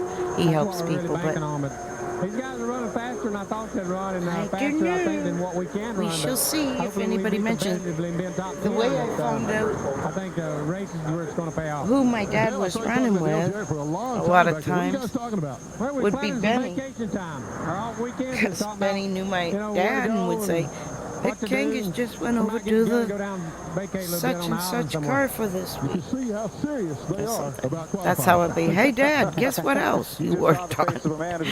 He'd forget about that one car. Yeah, that's what I got to do later today. I got to do that list. I got to list all the drivers in the years that he raced with them. Well, Mike, we started out by talking about and then I might have to, I know what I'll do. I'll pull their stats. I'll print their stats and put it brake rotors on the 77 car. Now, the year, the brake rotors are supposed to be like, magnetic. These are not. in the order that he worked with them. I can hold them up sort of. Like they'll get shuffled a little bit because there was times that he helped several on both Busch and Cup side. Like Steve Grissom, for example, in 1995, he worked both for the Channel Lock car and the Meineke 41. It's so important to have a break time. You see Kyle Petty smoked the right rear tire just a little bit getting into turn 1.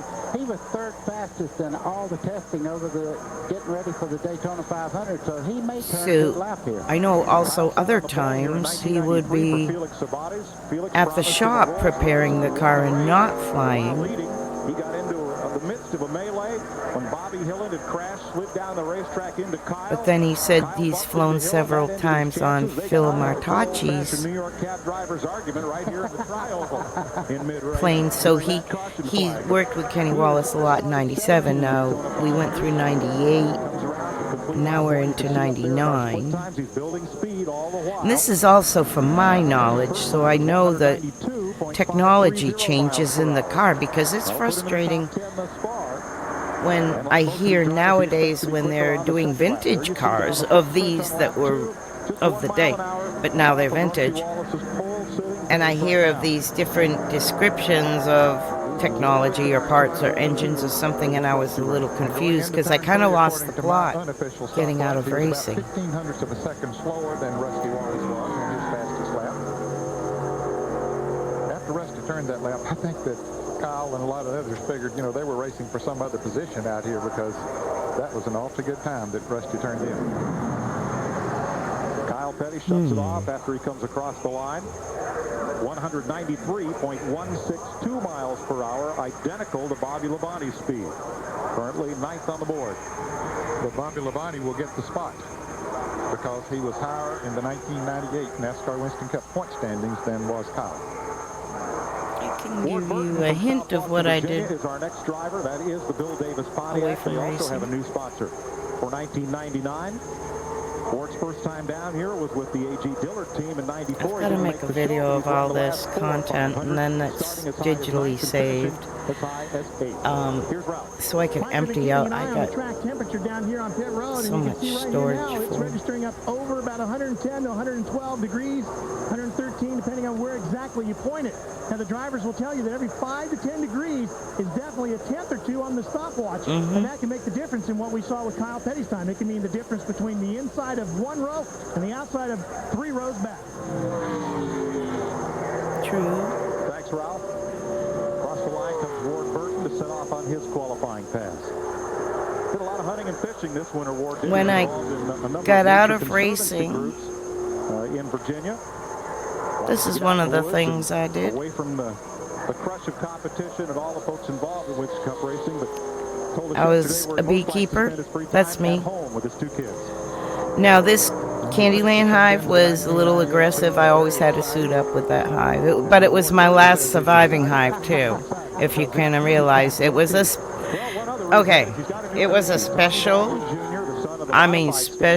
hive. I bought a queen in Winston-Salem with about 3,000 nurse babies in a box in a little metal created like, how do I say? You would carry a pet bird home in or something. It was a screened box with a queen in there, and she was not released yet. She was inside a little capsule.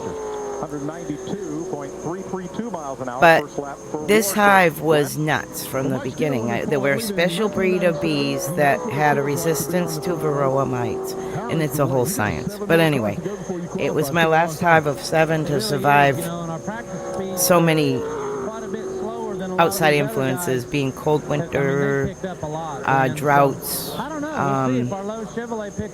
and the most damaging thing that happened to one of my hives was living in an agricultural area, and they were growing soybeans, and they did the kill the weed. It was called the no-till farming, and they pour this high ammonia on, like, content on it to burn the weeds off, and then they plant into that, and I stopped eating soybeans after I found that out. That's just scary, and all my bees were drunk. Like, I was calling my bee mentor. I'm like, why are my bees landing in front of their hive and crawling up blades of grass and flipping over and falling back down on the ground? And he said, they're drunk, they're inebriated, something from has apparently got them. So I had drunk bees trying to find their way home. And so it weakened my hives a lot. And after that, winter was harsh after that, where they were down on their count. They didn't have as much resources to survive a winter, so I lost them. The only thing I lost this one to, I think, might have been moths. There's a certain moth that took my last hive. But there's just a lot you have to deal with when you beekeep, and that's why beekeepers are so special. I did it for 7 years and taught it for 4. It was a great thing to have done, and I'm glad. I wouldn't do it in Florida. The bees are a little too, what they call Africanized, which are the deadly killer bee strain, and I just feel more safer. We have less bears up in North Carolina. They have a lot of bears in Florida. I know people that beekeep in Florida have to have electric fences, is what I heard, from being in bee chat rooms. So, a little bit of knowledge there, and I could bore you to death about honeybees. The Daytona 500 after 20 drivers All hit parts the of it. 2.5 mile high banks. The coolest part about it all, I can walk 194.87 miles per hour. at that time. Now it's been 10 years. Put him there with Ernie Irvin second. But I'd walk through like a Walmart or something in the area in Winston-Salem is where I taught. Take a look at Michael Waltrip. And people would say, there's the bee lady. And I was just so tickled to be called the bee lady. So I have many lives. And I'm with Bill Elliott 13 times things. Winston Cup's most popular drivers. The fans vote for that, but I think if you ask the mechanics or crew chiefs, they'd vote the same way, and the media would vote the same way. I also painted my hives in all these delightful prints based in the 70s, flower power-ish. I even had the Magic Bus by The Who was one of my hive setups. And but you know, it's like everybody says, this is a twofold deal. I guess the reason behind it is I was so afraid of bees. My whole life, I would love to garden. I would fly out of the garden if a bee was around. If I heard a buzz, I was like, and I said, I'm not going to let this happen. And I met a beekeeper at a fair, and they said, you're my next beekeeper. And I'm like, no way, I'm scared to death. I'll tell you what, my first time in a bee suit at a hive, I was about to faint. I was, holy crap. But all that fear went away after the 7 years. I just love bees. Like, I can show you another thing. I've even collected a beehive out of an abandoned house. I'm telling you, I did stuff, man. Not your average old broad. I gotta find you that picture. You guys will like that. The Daytona 500, he's going to be the man. I show you how I love my bees. In times of drought, I would feed them. I found the perfect way. Oh, I used a photographer to photograph them. I'm not joking. I have so many brilliant pictures of my honeybees. And it seemed to work out for them once they did that. Speed continuing to build for Earnhardt. There's one of my photos. Last year's pole position run. Just love them little guys. So Earnhardt on the clock. Yeah, there's so much more of them, but what I was looking for. I kept it right on the bottom of the racetrack through turns 1 and 2. Oh, to show you how going from total panic, ready to faint fear, to studying something, to know it so you don't any longer fear it. It's kind of something I like to do. I like challenges. And this is how it will change. 11th after his first lap. He is fourth fastest. How it changes you. 193.865 miles per hour. I think I downloaded it. 46.424 seconds on his second lap. He picked up about Downloaded it 25 for hundredths of a second. And that elevated him up to the 4th position. Let's go to the pits and Dick Berggren. We had the look of a worried man, For Kevin a Hamlin. banner How's that? photo That take the on pressure off? something else. That makes things a little better. So I know I it's just here. can't believe how much everybody's been Like I picking up said, here my qualifying. photos It's aren't kind of had us a little bit worried. How about you guys? Serial order, you haven't run nearly this well since you got here. How'd you do it? Well, there's no need to run well until it's time to qualify, of course. But the GM Goodwrench plus Chevrolet, it usually does run good at Daytona and Talladega. Danny Lawrence, Speedy, and all them boys back at the shop build one heck of an engine, and we really rely on it. Look at him. And they pulled a trick out of the bag today, Mike Joy. Yeah, I think I know what Buddy Baker did with that bag of sand. I think I know where he left it. Yeah, you don't want them to know what you're going to do before you do it. I was talking to Kyle Petty down in the garage area yesterday, and I was talking to him about how much they picked up in practice yesterday over what they tested here during January. And he said, we've so got I'll the same quickly car, show you exactly the this. same springs, same shock absorbers, same motor. That's he said, me. We came out here and ran 0.2 of a second faster. 4 around years track. Don't know after, why. 3 years We're seeing after it here being a today beekeeper. From yesterday that they're running I faster. tended my hives bare-handed. That was a little pan with a raft in it.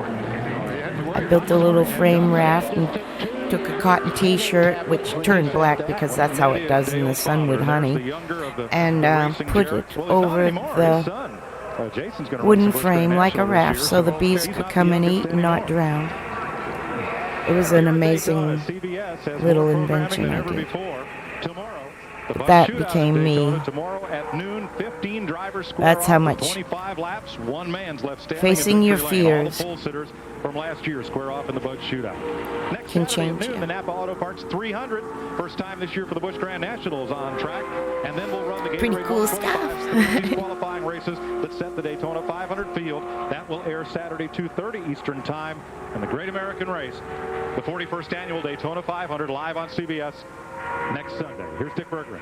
With Todd Parrott, your driver took a while to launch off pit road. He's going to listen to, no, he's going to talk Might to be Dale now. snack time. What you think? What took that time to launch the car off pit road, I Todd? got.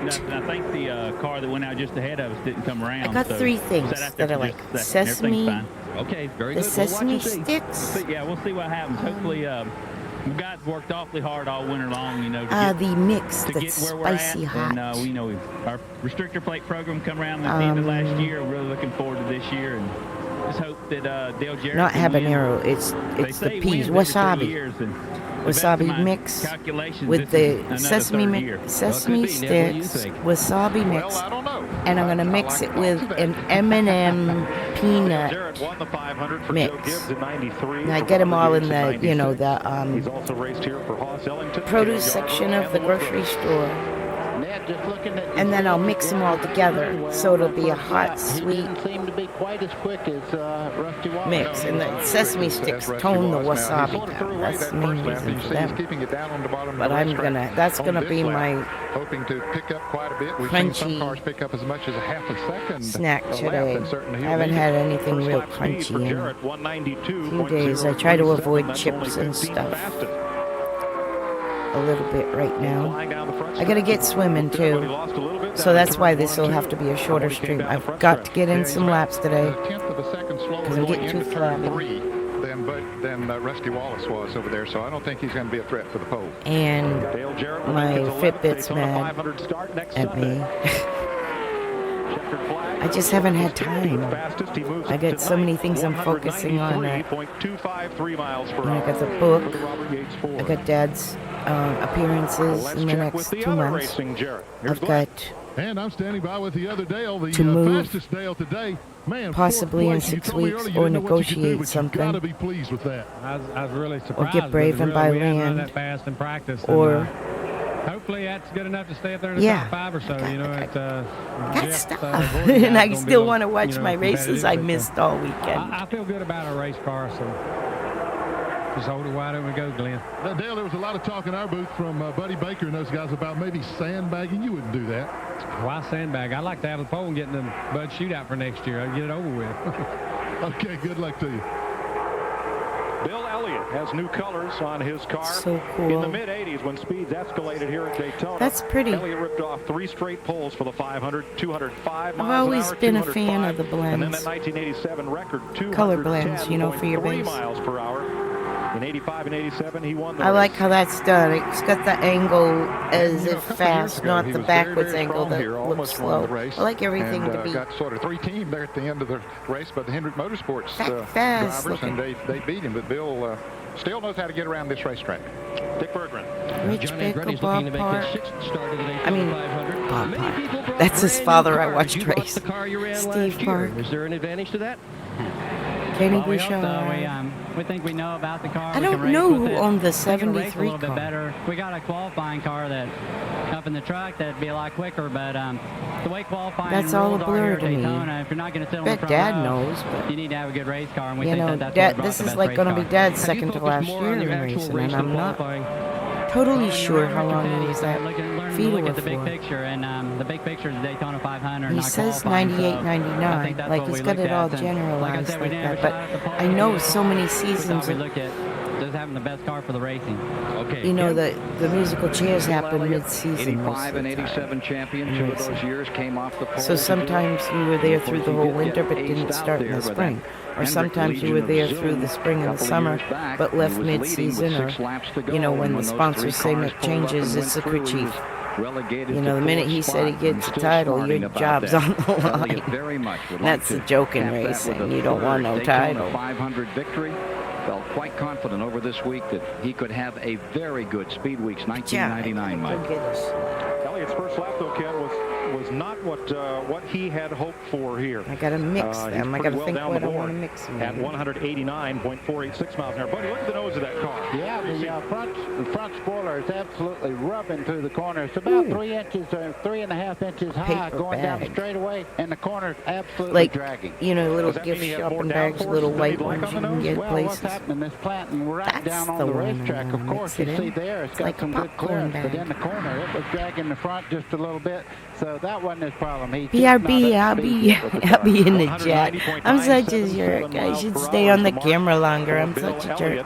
It's just Sunday, and I'm a wicked ADD in the morning on a Sunday. I need to remake a coffee pot. I mean, a pot of coffee. Rusty Wallace and Ernie Irvin pace Daytona 500 qualifying. We'll be right back.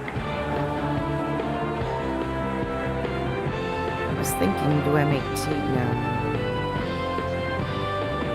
Who is the best NASCAR driver of all time? We're not biased, but you can vote for Ned Jarrett or Buddy Baker. Yeah, I gotta make a pot of coffee and get something to munch. CBS.sportsline.com or on BRB. America Online at keyword CBS Sportsline. Stanton Barrett completes his qualifying run, the second-generation stunt driver. I won't shut off the camera this time, I don't think. 188.834 miles an hour makes him 20th fastest thus far. Here's Glenn. And I'm standing by with Dale Jarrett, and I know, Dale, you probably had a little higher hopes, maybe a little disappointing. Might be getting too warm for coffee. I'll drink my water. Yeah, we thought we could run a little faster than that. We ran a 50 yesterday afternoon, and so we thought with things we could do to get ready to qualify that we could run down in the 40s. But sometimes you get a little misled by things like that. But you know, it's a good run. We've got a good race car, and that's the main thing. Got to work on the car now for the qualifier. Yeah, I'll get ready for Thursday, and this seems to be a really good driving car. That's why we chose it in the test. We thought that it would be a little bit better, and I think that we've got a good shot at winning. Sometimes you got to give up a little speed in qualifying, guys, to make a good race car during the race. So Dale Jarrett right now sits 9th fastest, and Mark Gibson from Daytona Beach, Florida, is on the speedway. We'll be right back.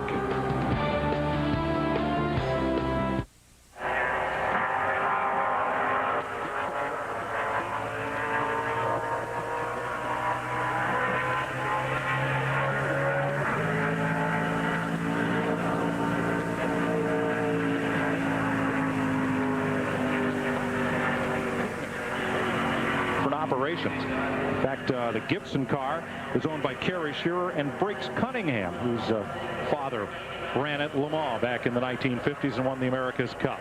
The 1997 pole sitter for the 500 is Mike Skinner, back with the Lowe's team, and this year he has the winning crew chief of last year's 500, Larry McReynolds, in his corner. I think they're going to be a real threat. Anytime it comes down to strategy, I think there's nobody better than Larry McReynolds as far as somebody in the pits to call the right shots. This team was very strong last year on the restrictor plate tracks. At Talladega, he was the last race of the season for the restrictor plates. He led the most laps. Just was strong in every one of those races. He's a hard racer, and Ned, he's a really good qualifier. He's a former Craftsman Truck Series champion of NASCAR, and he's a very strong qualifying driver. He came down here with Thee Dixon in 1992, did not make the show, won the pole for Richard Childress in 97, and started 8th, finished 8th here last year. And he was 3rd in that 400 at the end of the year. I think he's a real sleeper, a real dark horse for this year's 500. And he won that first, that 9-point race, that first super speedway race in Japan back in November. I think you're going to hear a lot about Mike Skinner and Mike's call a week from Sunday in the Daytona 500. Susanville, California's Mike Skinner, number 31. Keeps a good line down at the bottom of turns 1 and 2. First lap for Skinner, Ned, 192.291 miles an hour. Look, he's faster than Rusty Wallace on this second lap on the first segment, and he's right on Rusty's speed in the second segment. And going into turn 3, he was just about the same speed or time going into that corner as Rusty was. So he's quicker.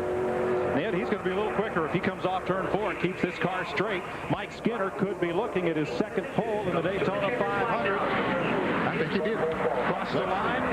He did. Mike Skinner, 194.536 miles per hour. Cha-ching, sandbag. Nobody ever thought he was running that well. Maybe Nick Berggren did. Richard Childress Richard Childress. How about that for a run? Here, turn right around, get on camera.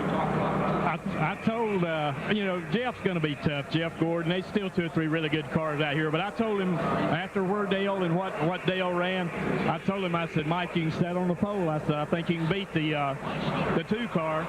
But, you know, we just got to see what happens. How close were your 2 cars here today for this pole qualifying? Real close. So, you know, I've been watching the flag back here, and a lot of guys, you know, don't realize that wind means a lot on the back stretch when that flag's sticking up. So it was blowing pretty good on Dale, and I knew if we could get it settled down, you know, if it would have settled down a little bit, you never know how the wind's going to blow. But it was one of those deals that worked out good for Mike. Great job today, Richard. Larry McReynolds turns his magic again, and Richard Childress, and as Earnhardt said, Danny Lawrence, Benny Clendenin, and all the fellows that work on those engines unheralded till it comes time to thank him in victory lane. But Mike Skinner right now has displaced Rusty Wallace's 4. Rick Mast driving for Cale Yarborough out of Rockbridge Baths, Virginia. And speaking of Cale Yarborough, the first driver to qualify at 200 miles per hour here at Daytona was Cale. He did it on lap 1 in 1983, but here is Cale's second lap.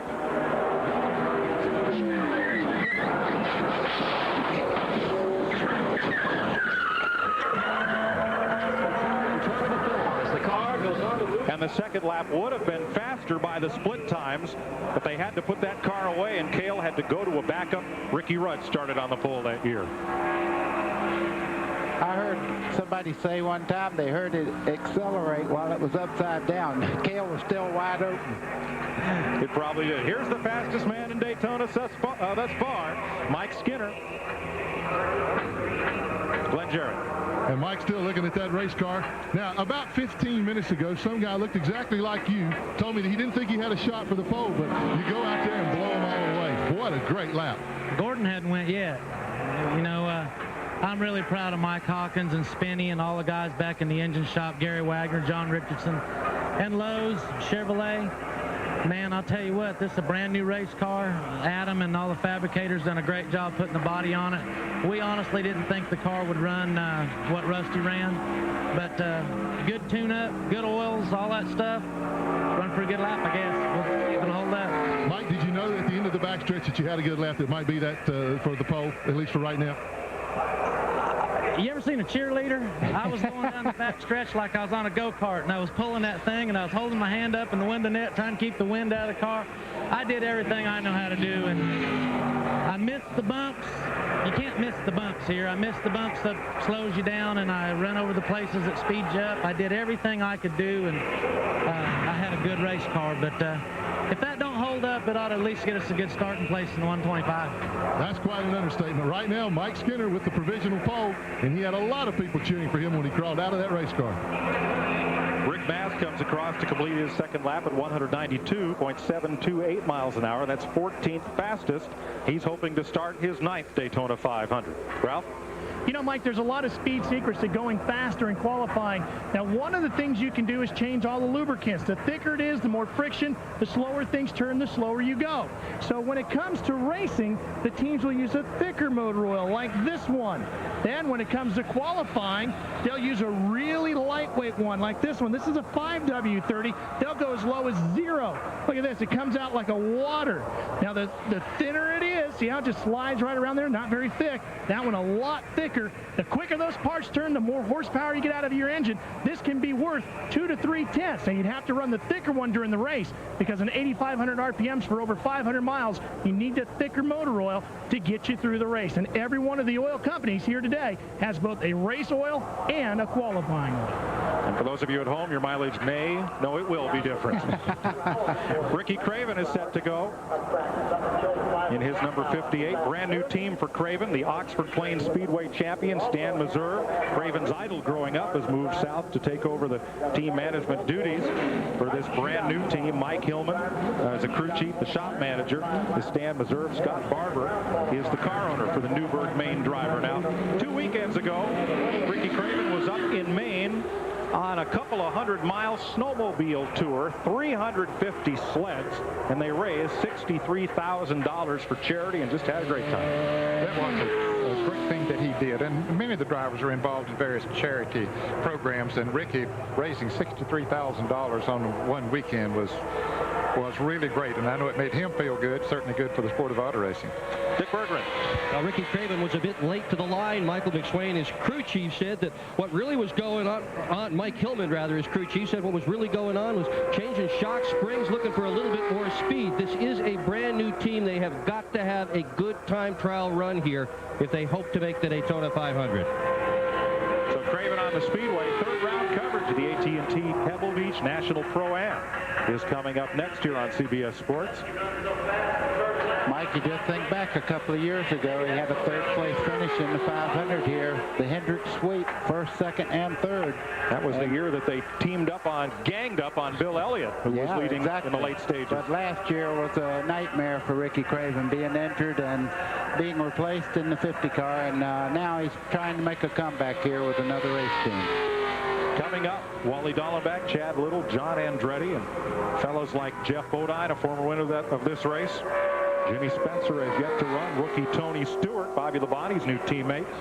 Bobby Hamilton. There's crew chief Mike Hillman looking on as Craven makes his run. And Jeff Gordon, Kenny Schrader, Kenny Irwin will be the last three to run here at Daytona. So a lot of threats for the pole in that last 5 drivers to run. How about it, buddy, on a nice sunny warm day like today? Would you want to draw an early spot in qualifying, a middle, or a late one? You know what, Ned and I have discussed this quite a bit, and really and truly, it's ideal out there right now. The wind is not blowing that hard out there to really change the way the car feels or anything. I don't think there's that much difference, but if there's anything, I think a late draw today may be a little hindrance because it is getting warmer as the day goes along. Of course, when Jeff Gordon made his draw yesterday, he said he wanted to get a high number, and sure enough, he did. But I'm not sure that there's that much difference in it. I don't know. I think the weather has been the most consistent here today that I've ever seen it at Daytona for a 2.5-hour qualifying session. Now, Ricky Craven, 23rd on his first lap. All of these drivers hoping for a spot well up in the running order for the 125-mile qualifier, and he gains 1 position to 22nd, 189.358 miles per hour for the driver from Newburgh, Maine, Ricky Craven. And that certainly was not what he needed, Mike. He needed another 2 or 3 miles an hour to feel reasonably comfortable. Wally Dallenbach comes out, the new driver for car 25. This is not the Budweiser airship. I think Dallenbach wishes it could be, but there, flying high above Daytona, is the Bud 1 airship. Although that doesn't travel at high rates of speed. They hope. Now, 35 is pushing the envelope on that one there. Louis and Frank are piloting the Bud airship today, we're told. And here is Wally Dallenbach, who was one of several drivers this car had in 1998. Got the nod for the full season here in 99 from Hendrick Motorsports. His best finish is in Cup racing, the road course at Watkins Glen, and that's no surprise. He's a former champion of the Trans Am Series and has performed well here in 24 hours and throughout what was the International Motorsports Association schedule. But when he drove for Bud Moore here, he had that car all the way up in the top 3 most of the day there before getting in a little fender bender on the back straightaway. So Wally Dallenbach really runs very well at Talladega and Daytona. You talked about him running for Bud Moore. He started 9th here for Bud in 1996 and finished 6th. His best finish here. His dad, a longtime IndyCar driver, and now a chief steward for open wheel racing. Here's Dick Berggren. Jimmy Spencer's best ever start in the Daytona 500 was his first ever start in the Daytona 500. He came off the grid in 6th spot, but gee, ever since you've been here, it seems as if that car is getting better and better. This morning in particular, where has the increased speed come from? I tell you, it's hard to say. You know, my guys, like everybody said on the TV here, I've been watching you guys from the truck, but the guys work so hard, and these teams, they're like the NFL teams or basketball, whatever. They take that competition level to the next step every week, and you know, Donnie Wingo, my crew's no different. We're not a contender for the pole by any means. The Team Winston car, we picked up a 2nd from when we tested here, and I'd hate to see if we had 3 or 4 more weeks what we could have picked up. Maybe we would have been a shot at the pole, but right now we're hoping for a top 20, and if we can do that, that got to give us a good spot in the Twins. That's where it all counts. On Thursday, the Gatorade Twin 125s. That's what makes you start. If you can't start first or second today, it's null and void. It's all it comes happen on Thursday. And this is the only Winston Cup race where, in addition to a time trial, you have to race to make the field. For Wally Dahlbeck, 193.282 miles per hour on his second lap. He gained 0.3 of a second. Almost a third of a second. That was a big increase, which elevated him up to the 10th fastest at the moment. Car looks like it's got about 10 cases in the trunk. The way it's sitting going down the back stretch there, and they all do. The way the shocks are on these cars, a lot of compression and very difficult to rebound for qualifying. Keep that back end planted and keep that blade, that rear spoiler that you see right there, that silver spoiler, you want to keep that out of the wind so it doesn't drag the car down in speed. Chad Little comes here to Daytona for the 11th time, hoping to start his 8th Daytona 500. His best start was with Cale Yarborough in '92. He was 14th, and his best finish last year with Jack Roush. He finished 7th. Okay, you see right now Chad Little going by the flag down the front straightaway into turn 1. What he'll do this first lap, he'll run a high line there, using a lot of racetrack up, as you see, as he heads towards turns 2 over there. Watch the next lap, he'll be much lower. Down the back straightaway, away from the wall. What you try to do, there's a little tailwind down the back straightaway. You want the air to hit the wall, come off, and help the race car down the back straightaway. It's not a lot of help today, though, because the flags are pretty still. Through turns 3 and 4, you see him up in the third. I'm here, guys. I was just morning discussions with Kid. Making plans. And he's basically, as we say, thrown away that first lap to get that momentum built up. This is the one that really counts now as he heads into turn 1. You'll see he'll bring it right down to the bottom of the racetrack, right along that white line. That's where he wants to keep it, and he's keeping that left front wheel pretty good down there as he comes off of turn 2.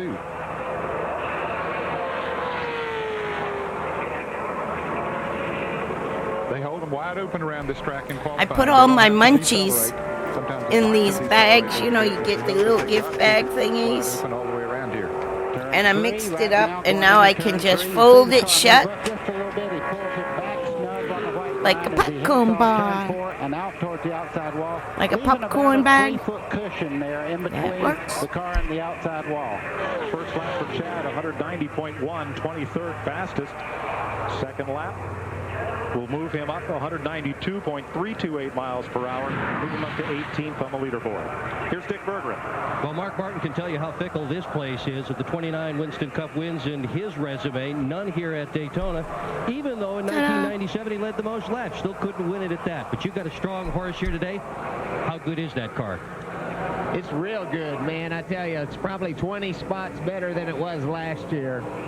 I don't think it's front row by any means, but it's a huge move from last year. I think we're going to be within a few tenths. I was looking, I'm trying to organize. Maybe just a tenth or 2 or 3, somewhere in there. I set things over there because I have a side table that doubles as a washing machine. Really is a washing machine. Everybody at Roush Racing and the Valvoline, Taurus, look up Our Tech, and all the guys. They've made a big move, and I think it's a little camp-sized washing machine. I set it into our shower, and that's how I wash it. DuPont Chevy rolling out of the tech inspection area, headed towards the grid. And Randy Dorton is the man that builds all the horsepower for the Hendrick Motorsports entries. Randy, what are the keys to building a good restrictor plate engine these days? Well, definitely power is a big factor about it, and one of the biggest things is, doing the most you can around any areas of the restrictor plate. Of course, NASCAR's got a lot of rules mandating around the carburetors and the intake manifold itself, but as close as you can work with that plate adds a lot of power. But a lot of things, not only with the engine, things have been done within the cars, is things within friction. And so you've always seen the generators and the heaters and things plugged in like that. But then again, as the track heats up, kind of comes a disadvantage for you. How much of a disadvantage is that track heat going to be for Geoff when he comes up? Well, we've been running for an hour and a half here, and just a little over halfway. So I expect it to rise again a little bit more, and hopefully not too much. It's good to see at this point, Skinner just laid down a good lap. So the conditions are still possible for a vehicle to get the front row is what he's done, and I feel like Jeff's got a great shot at that. Mike, you heard Randy talking about heating and cooling the engines. They will try to cool the engine down as close to 40 degrees or freezing if they can get it down that direction. They'll have circulating cold water through the engine. Now, the oil, they'll try to get that as hot as they can, up over 300 degrees if they can. All to run 2 laps to try to get on the front row for the Daytona 500. Petty Enterprises cars have won the Daytona 500 9 times. 7 with Richard as driver, once with Lee Petty, and once with Pete Hamilton. John Andretti looking to extend that string, completing his qualifying run. Andretti is 17th fastest at 192.439 miles per hour in the Richard Petty Pontiac on his second and faster of the 2 laps. And he told us a little bit earlier in an interview that they felt they had a good race car that'll race well, and there is a difference in a car that'll run fast around here and one on race day. It's a fine line there that you got to contend with. Derek Cope will be next, then David Green, Ted Musgrave, the Bodine brothers, Morgan Shepherd and Dave Marcus, and then this fella, Winston Cup champion, Jeff Gordon. Tony Stewart, the rookie, among those coming up. CBS Sports presents the Daytona 500 Pole Qualifying, sponsored by Nextel. You've never used a phone like this before. And by Pennzoil with Pure Base, made for the way you drive. Stop, go, Pennzoil. Right now, Chevy, Ford, and Pontiac pace qualifying. Mike Skinner, Rusty Wallace, and Ernie Irvan. Here's Ralph Shaheen. Well, everybody, Mike, happy to see this man back in the garage area. Rick Hendrick, man behind Hendrick Motorsports. Rick, you've been away for a year fighting some illnesses. How you feeling? Well, I'm seeing all these people and all my friends sure make me feel great. And cars running well. The weather's beautiful down here. This is like a big extended family. I mean, it's so nice to see them, and just pacing myself and trying not to overdo it here so I don't run out of gas before we get the next weekend. But it's just great to be here. Just good to see everybody. I know your drivers gave you a lot of inspiration during the year as they would call you on cell phones from Victory Lane. Did you have any inspirating words for Jeff before he gets ready to go qualifying? Just do the best you can. It's going to be a long year. It's every year I think I say this more and more. It gets so competitive, and I mean it's just so many good teams, and you just have to be good. You have to have a lot of luck, and it's just this garage area is just full of teams that can win championships and win races and sit on poles, and it's just getting harder and harder, and but got an awful lot of good people in our organization, just like all these other guys, and we just enjoying the moment. Rick, welcome back to the garage area. Dick Berggren. Tony Stewart is a 1997 IndyCar IRL champion, but he's a rookie in Winston Cup. That yellow stripe on his back bumper says he's never tried before to run the Daytona 500. What do you got to do? What's your job here today? Well, I guess the biggest thing is just make sure I keep this Home Depot Pontiac straight. It's real easy to scrub off speed here, and the tires seem to fall off more on this year than last year with the Busch cars, and it seems like the guys that are taking care of their tires the first lap are really being able to use them the second lap and get a better lap out of it. So we got to work hard on saving tires, but at the same time, I mean, you got to make them last for two laps and get the best you can get out of them. He's been surprisingly fast, Mike. 7th quick in yesterday afternoon, second practice. Yep, he's got a crew chief fighting off an illness, and they've really been working hard here the last few days. David Green's first lap, the former Busch Series champion, 188.304. Derek Cope completed his run in the Chuck Ryder Pontiac at 190.625, 23rd fastest for Derek Cope. This is David Green's third attempt to start the Daytona 500. Hi guys, I'm still here. Make it in the field for the first time. He was here with Buzz McCall the last We got a lot we're working on. Like I told you, got a lot of irons in the fire, which is always good. Keeps you alive. If life was just normal, it'd be a flat line, right? Waiting for time on David Green. 189.478. Hardest is for doing David well. Green's second lap. 26th fastest thus far. The coolest thing about back then, and I don't know if it's has that pole position is with Ken Squire.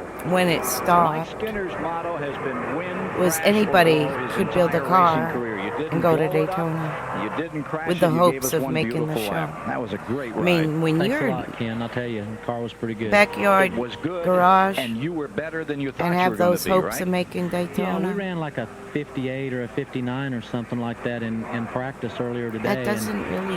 You know, we didn't want to run the qualifying Well, engine it very is long, for so ARCA. they said, They're well, do you for want to run it ARCA again? I said, no, don't touch it, thing. Just tune it up, Bush put a all the little good oils bit. in it and everything, and you know, let's go out and see what we got. And we were hoping to run, you know, a low 40 or maybe a high 30, and just really got a perfect lap, and the wind died down for us a little bit, and just was real fortunate. I don't know that it'll hold up, but it ought to be a good starting place. Bill France was saying this morning that it isn't too far away before they repave this Daytona International Speedway. Last time it was repaved was 1979, just before we started doing the Daytona 500 on CBS. Was it a rough ride?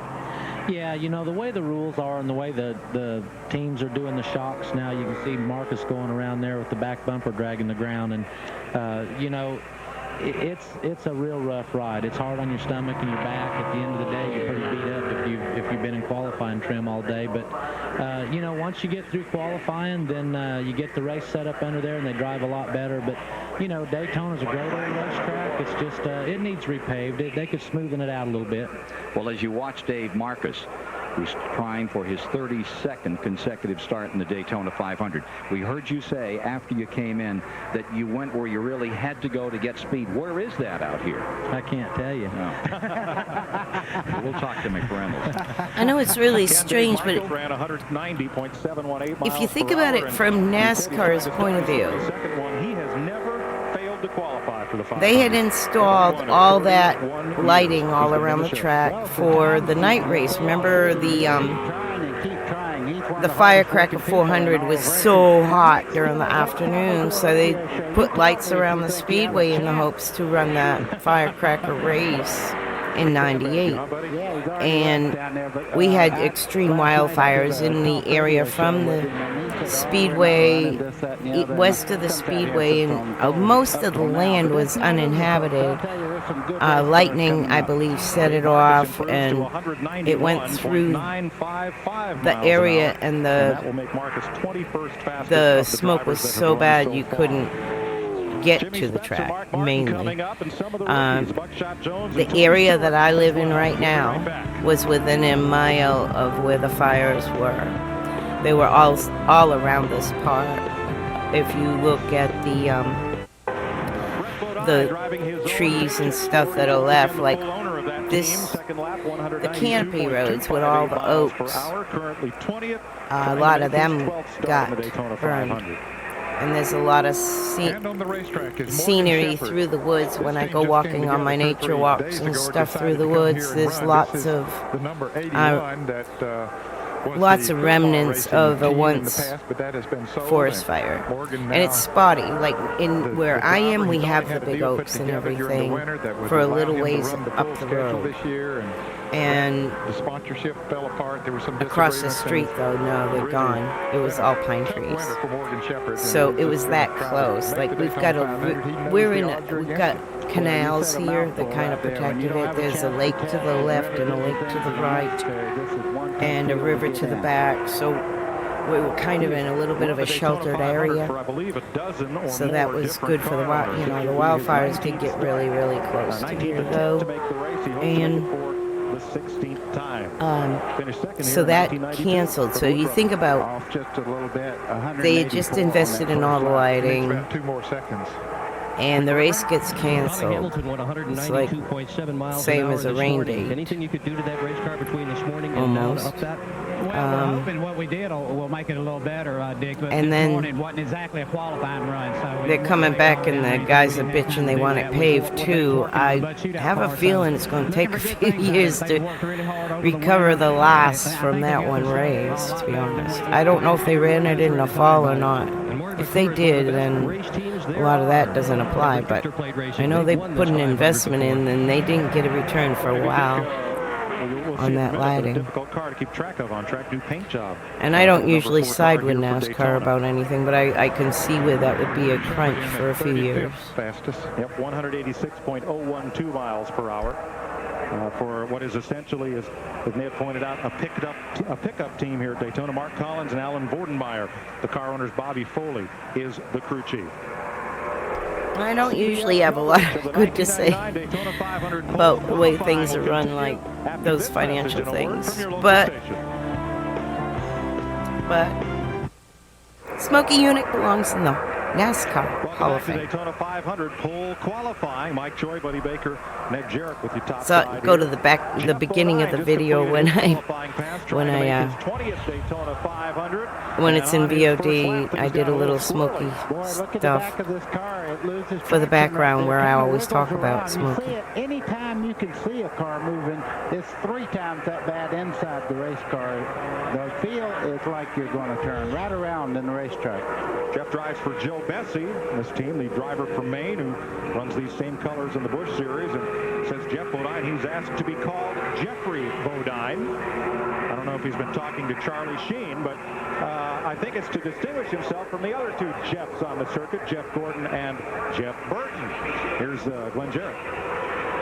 Jeff Gordon is walking along, signing a few autographs on the way to this car. Mike Skinner turned the fastest lap, Jeff, but he said that Jeff Gordon hasn't gone yet. Everybody's eyes are on you. Can you beat the speed? I always remember Kenny Bouchard calling Jeff Jeffrey.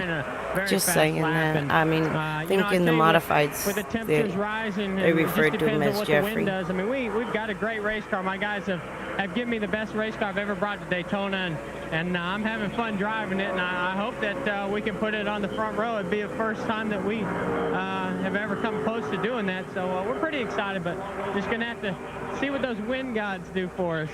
Jeff, you said yesterday you wanted a high number, but this may have been a little too high.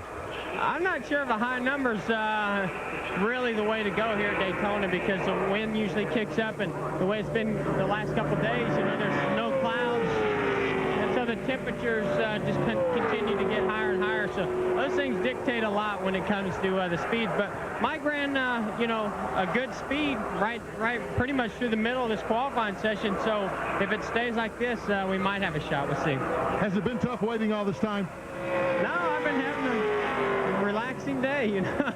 I can't believe how long it takes to qualify here at Daytona, but, you know, just been kind of checking out what the other guys have been doing and how fast they've been going, and I can't believe how much everybody's picking up, so we're just going to see what we've got, but I was back there watching you guys on TV having fun. Okay, best of luck to you. Thanks. Well, the track temperature is pretty much the same as it was, but Ned, one important aspect of the weather has changed. Yes, it has.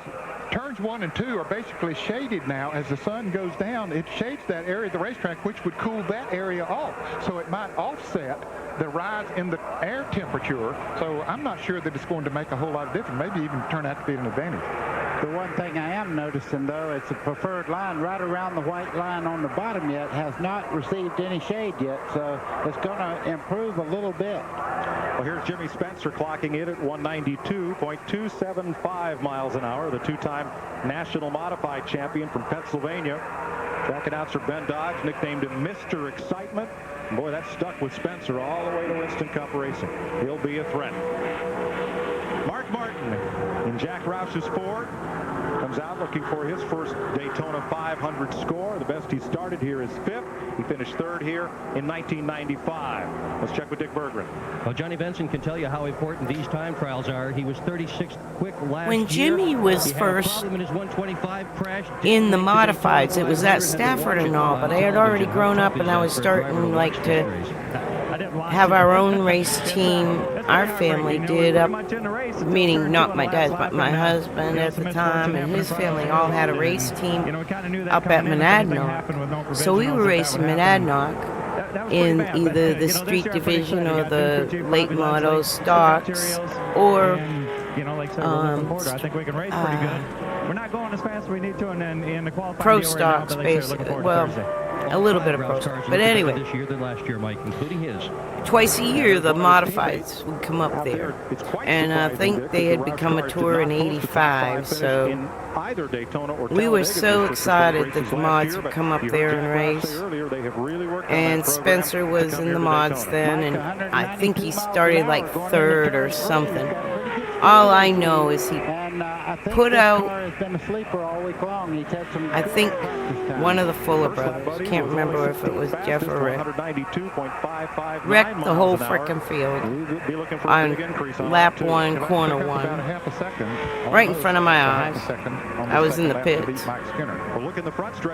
And that was my introduction in real life to Spencer, other than seeing the racing results. So I'll tell you what, and then my husband my dad ended up working for him at Moroso, and my husband too, and I tell you, he's the nicest guy outside a race car. As good as you can get prepared as far as brand names are concerned. And your chances of survival are much better if you're on Jimmy's team.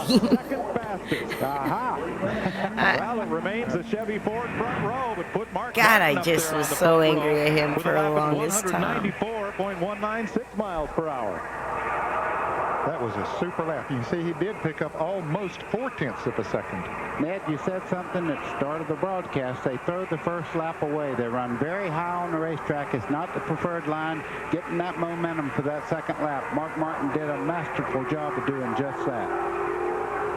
Tremendous run, considering where that team has come from in the space of 1 year of working with the Ford Taurus body style. Ralph? Terry Labonte standing by, waiting for his opportunity to qualify. How do you feel about your chances today, Terry? Well, I don't know. We weren't quite as fast as we had hoped to have been, and some of the guys were a little bit faster than we thought they were going to be. But I don't know. I think we got a good chance to have probably a top 10 speed anyway. They say there's a couple of sections of the racetrack now where we're starting to see a little bit of shade in the corners. Is that going to be a benefit or a negative for you? Probably won't really make much difference. You know, if the whole thing was shady, then it would be a little bit of a plus. But it's I don't know. Just not enough. Probably not. Terry Labonte waiting for his turn, Mike. Rookie Tony Stewart is on the speedway. It seems funny to call him a rookie because on CBS he's been really doing great things in the Indy Racing League circuit. Won just about everything but the Indy 500. Won the championship in that series. And Joe Gibbs took him for a year at Busch Grand National Racing last year, and now has brought him to Winston Cup as a teammate to Bobby Labonte.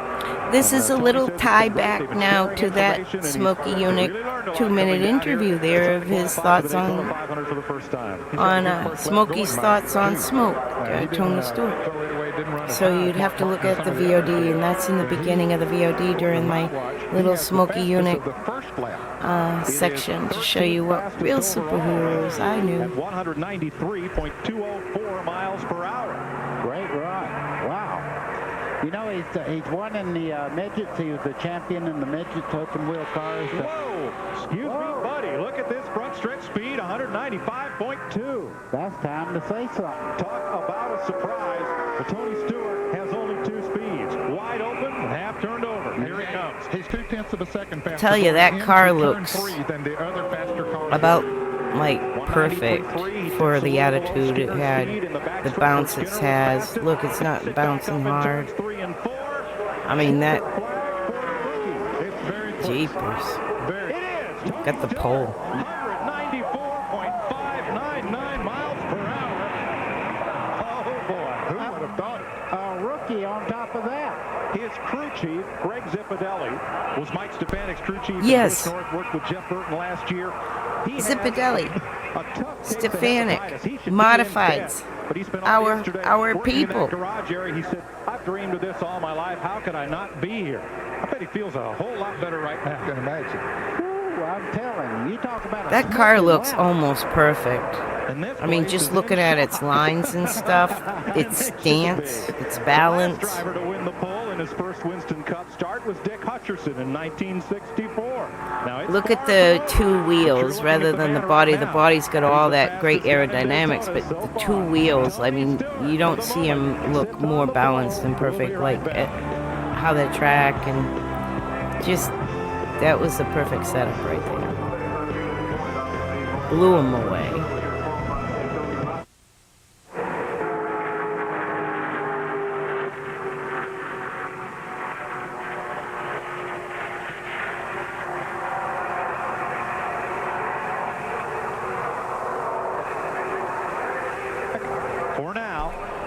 pole for the There's Daytona something 500, about but a there are race still car's some attitude, strong and cars it's here to not run. like an emotion. It's And Mike Skinner, Chevy, the and Mark stance, Martin's it's Ford. attitude. This is Johnny The, Benson on the Speedway and another of those Jack Roush Ford Tauruses. And Mike, it's a good thing I guess just from looking at hundreds of thousands of race cars on thousands of races, and rookie driver, rookie team, crew chief.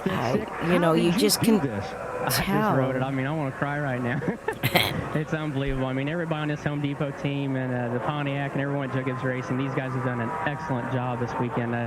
You know, we kind of struggled in the test here, and we weren't very happy when we went back home, and you know, everybody worked really hard, and it's just kind of, it's all fell into place for us. I mean, this is just an unbelievable weekend so far. You had so much racing success. Where does this pole stack up with all that success? Oh, I'm shaking. You tell me where it stacks up right now. I didn't shake like this at too many places in the last 20 years, so this is right up there with the top of them. I mean, it's just unbelievable. I just want to, I want to thank Home Depot for giving us this opportunity, and Joe Gibbs, he's the guy that called me at 6 o'clock in the morning, at 2 o'clock at night to make sure we got this deal done, and you know, all the people that helped me get here. I mean, there's about 100 people as far as car owners and crew chiefs that have helped me along the way that they're all sitting on the pole right now. Well, you got a lot of fans all over the country watched you race sprint cars, midgets, stock cars, all kinds of things, and they're going to be cheering for you next Sunday. What kind of a show are you going to give them? I don't know. Like I say, I don't want to be the guy that causes the 20-car crash in my first race. So, you know, hopefully if this car is this quick, maybe we can stay up front a little while. Spectacular run, Mike Joy.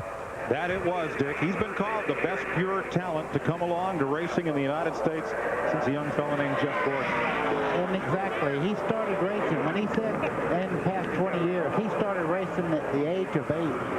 So he's been around a while, but he's a very young guy and a lot of talent. Ted Musgrave ran around the Speedway at 190.237 miles per hour for Musgrave in Butch box number 75. That is 33rd fastest. And Johnny Benson has just completed his run, trying to make his third Daytona 500, 190.553 miles per hour. That is 31st fastest of 43 drivers for Johnny Benson. Here we told you about the 4-car, new colors. For Bobby Hamilton. It's still the Morgan McClure team, and Hamilton trying to better his best Daytona 500 start of 20th and his best 500 finish of 10th. You can see how low that was formerly the Kodak. He hasn't gotten it up to speed yet. He's coming around now to get the green flag, and the faster he goes, the lower that thing will get to the ground. Betty, I saw something yesterday down in the garage area that I had never seen before. Maybe they've been doing it, but one of the crew members walked up and showed his driver a picture of his car right here on the front straightaway. Showed him a picture of Jeff Gordon's car right here on the front straightaway, and see Jeff Gordon's car looks like a quarter of an inch lower coming out through here than yours. So they're taking pictures of the cars going out there, as you know, the competition as well as their own. That's just another way that they check things out. And that's a domesticated pep rally. When I put the softer springs in there, don't panic, because Jeff Gordon has them in there now. Here's a guy that's got a good first lap going. Let's check with I kind of wonder if the 77 is still the Jasper team. Where'd that come from? You have to ask Jimmy about that. I'm not real sure. We have been picking up a couple of tenths everywhere on the restrictor plate races from practice to qualifying. The guys are doing the right tune-up package on the engine and on the car and everything. And we ran a 59 in practice right there at the end with no help, only one other car on the track. And feels so good. A year ago we were a second and a half off the pole, about 35th, and it just makes for an ugly Speedweeks. Now, you know, we can go into this thing and feel like that, you know, the Valvoline team has a legitimate shot at winning this race. There's a lot of smiles on these Valvoline team crew members as well, Mike. Dick, yesterday after his last lap of practice, Mark Martin came around the track and got on the radio, thanked everybody on the team for the good job that they had done, and he was just said the car was real comfortable, and then he said he was just mopping the racetrack riding around. What do you mean? Well, he meant that he was having to hang on to it. The car was slipping a little bit with him and using up quite a bit of racetrack, but certainly he hung on to it. Bobby Hamilton in at 46.529 seconds, 193.428, puts him in 12th place. Right now, Tony Stewart in a Chevy, or in a Pontiac, excuse me. Mike Skinner's Chevy, Mark Martin's Ford, Rusty Wallace in a Ford, Ernie Irvin in a Pontiac are the 5 fastest qualifiers. And we remind you that only the first 2 positions are set today. Everyone else must come through one of the 125-mile races on Thursday to secure their spot in the Daytona 500 field. Here's another rookie, Buckshot Jones, who comes out of the Busch Grand National Series. And he has a reputation much like Tony Stewart's. Going to run as hard as you can as long as the car will stay under him. Yeah, last year, you know, he was in quite a few arguments with different drivers about wrecks that happened on the racetrack. He was blamed for a wreck that he was on the front straightaway and the wreck was on the back straightaway at one racetrack. So he's a very talented and very aggressive young driver. And right now, they're struggling just a little bit to get the car as fast as they want to have it because they have Hendricks motors, but they hadn't really had an opportunity as a fresh and new team to go out and do the things that they need to do to make it really, really fast.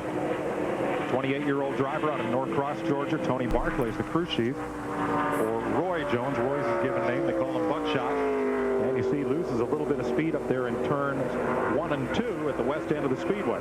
Now, throughout the week, I will keep playing the Speedweeks in order because it's really cool to get the vibe of Speedweeks. With it being Sunday and I have some real racing to catch up with, I'm going to not watch too much more after this for today. If you wanted to go to it's another half hour or so, just the Gatorade Twin 125s would be what I start playing on my next stream. Must either time well or must race well here on Thursday. And like I say, this is kind of research, so I know who's driving for who's sponsored by what. Technology changes in the rules. You know, all those things. See how different that car looked than Tony's on the attitude on that car, the stance. He'll race in through the 125s, which I'll play next. One on Monday and one on Tuesday. So but those tomorrow. That are qualifying today can elect to re-qualify, but they would be stuck with the speed Trying that they to stream as early in the morning as I can as soon as I get up. There will be some practice sessions between now and then. So I can do a lot of my other stuff during the day, but I've been doing long streams because there was just so much that I didn't know about 98 and 99, well 98. Things, like I said, it was an accomplishment for me to just watch 99. It's something I avoided for 30 years. Well, 97, I mean. 97.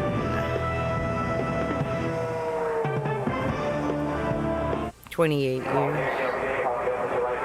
Welcome back to Daytona 500 pole qualifying. Rookie Tony Stewart has eclipsed a man who won the pole as a rookie 25 years later, that little guy's probably in his mid-30s. 1 miles per hour, 34th fastest for Joe Falk's unsponsored team. Dad worked for Joe Falk's team for a few weeks in did a lot of open wheel racing in the 97, but then he went to the Kenny Wallace team. Is on the speedway right now. Here's Dick Berger. This guy you're going to, Jerry Nadeau, you're going to see around racetracks here and there. Greg Zipadelli, I hear he's December. Here you on the pole around. As your very first start as a crew chief. What kind of medicine's this? This is great medicine. It's great for all the new Home Depot fans. Everybody at Joe Gibbs Racing's been behind us. Obviously, they've done a great job. You know, they've given us everything we've needed to get a good qualifying spot. I don't know if it'll be the pole, but maybe the front row. He's still in the North Carolina region, the racing area, I believe. He worked all his life to get here, and he wasn't going to miss a minute of it. To Ralph. Dick, every pound of rotating weight you can take off your car is worth 4 horsepower. Now, let me give you an example of why everybody thinks Ray Evernham's a genius as a crew chief. Look at the hub and the studs back here on Terry Labonte's car. See how they're sticking out some 3 to 4 inches? That's what you want when you go racing, because your tire changer has to be able to get that tire up there. It needs something to lock it in on. Look at Evernham has done Nadeau, I think, was an old mod driver, too. He's at least from the New England area there. You take all that weight off of 4 corners, there's 3 to 4 horsepower, 2 to 3 tenths of a second per lap. Mike? Oh, definitely. Either it works. You want to have your wheels, rims, everything there as light as possible, but as strong as possible to handle the torque and stress and all. But Jerry Nadeau completes his first lap, raced in the Formula Oval Series. You know how it is. You gotta have weight, It was kind of a surprise X to amount of weight, fans and when he where came do you back to want the US and chose to go maybe stock car. having heavy wheels is good. Some places I don't Last know. year he drove for I Bill doubt Elliott and it. Dan Marino, started 26th in the 500 and finished 21st. This is a good kid, man. I never got to see like these, so I want to see what Here during the winter. He's got himself his a pretty career good time did here. in the beginning. I heard he was something See where he else. falls in. Like he's going to be about 15th or 16th, somewhere in that neighborhood. 17th. I keep thinking that's Lake. I just can't help it. I scored for that car and 17th fastest thus just far. can't help it. Pontiac, Chevy, and Ford at the front. Tony Stewart, Mike Skinner, and Mark Martin. Let's go to Glenn Jarrett. Well, thanks, Mike. We've moved back in the garage area here. Now, NASCAR keeps the top 5 qualifiers out there on pit road. The rest of the guys, they release the cars and they come in here. Now they're undoing all the things that they did to get this car ready for qualifying. Here's Dale Earnhardt's crew led by Rich Burgess. They're going to change the engine, special qualifying engine, as most of the teams have. These guys started at 7 a.m. this morning preparing this car to get ready for qualifying. Now they take it all apart and get it ready to race. It's an entirely different setup, different shocks, different springs, different engine that they will run in the race setup. That's what they're doing now to get this thing ready to go out and practice, to get it set up in race trim. I've talked to a lot of people in my life that said, how do you get on a Winston Cup crew? What do you got to do to work like these guys do? Trust me, you don't want to do it. They'll work like dogs until 5 o'clock, then they'll be back here at 7 a.m. again tomorrow morning. They do this every day during Speedweeks. These guys got a tough life down here. Yeah, but when you get to stand out on pit road and watch that green flag come down and know you're a part of it all, it's really worth it. This is Glenn Morgan of Beaumont, Texas, in a Chevrolet of his own. He's a part-time ARCA competitor. He's trying to make his first Winston Cup start. Eddie He's Jones not kidding. is the crew chief for the 45-year-old driver. It'll suck the life out of you for almost little pay, but Coming up, I know back then they didn't get paid who a has a lot lot. of backing from race fans around the country. Kevin LePage. Just as an example, my husband was a transporter driver, Jeff Gordon, Kenny Schrader, and Kenny Irwin. and he got paid $700 a week. And he was CDL. He loaded the trucks, unloaded the trucks, inventoried the trucks, cooked the food. And Tony Stewart. 40 hours a week did not apply at all when you're on a race team. People try to get all laborish and all that, but that's just not how it works. It's not how it worked back then. The last driver to win his first Winston Cup start. You did it for the love of what you were doing. You know, an over-the-road truck driver can make way more than $700 4 NASCAR points during the season. They no longer do. somewhere else, right? That's what they made back then. Also won his first 28 attempt in the years ago. 125 race here in his initial run at Daytona. So They did get per diem. They got an allowance per day to eat, and their hotels were paid, of They've been course. here and they have time on the racetrack and they know every little bump and everything else about the They were racetrack. responsible for everything inside the truck and outside the truck. All the marker lights, none of them could be out. Driver from Texas trying to make his first Winston It was not a Cup slouch job. You worked harder once you Jeff got Gordon there. getting ready to strap in. Billy Standridge, Kevin LePage, Mike Harmon, and Kenny Wallace are next as Daytona 500 pole qualifying continues live on CBS.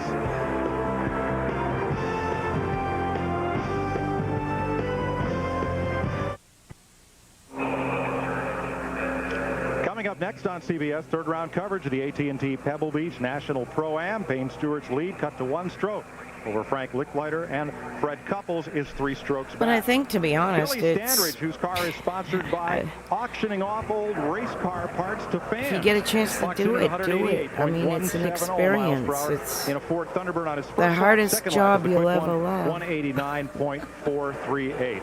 Well, here in This Daytona, side of big the crowd ocean. on hand. Mike Joy with Buddy Baker and Ned Jarrett. Everybody in a little bit of shock. If you haven't been watching Tony Stewart race for the last 3 years in the IRL, what a big surprise. Well, I never had a script, you know, to make a movie with, but if I had one, Tony Stewart would start on the pole. His first time here as a rookie on the pole for the Daytona 500 so far, but we have some other people that are running very, very well. Well, certainly it was an electrifying moment when he did that. I don't think anybody expected it. That we all expected him to run good, but to sit on the pole at this point, we didn't expect that. But he's going to have to, you know, sit around and wait till Jeff Gordon comes along. Well, he said yesterday, we'll be quick. Wasn't sure he was going to be this quick, but it's a big and pleasant surprise for the open wheeler. Ken Squires with him. Did you expect it?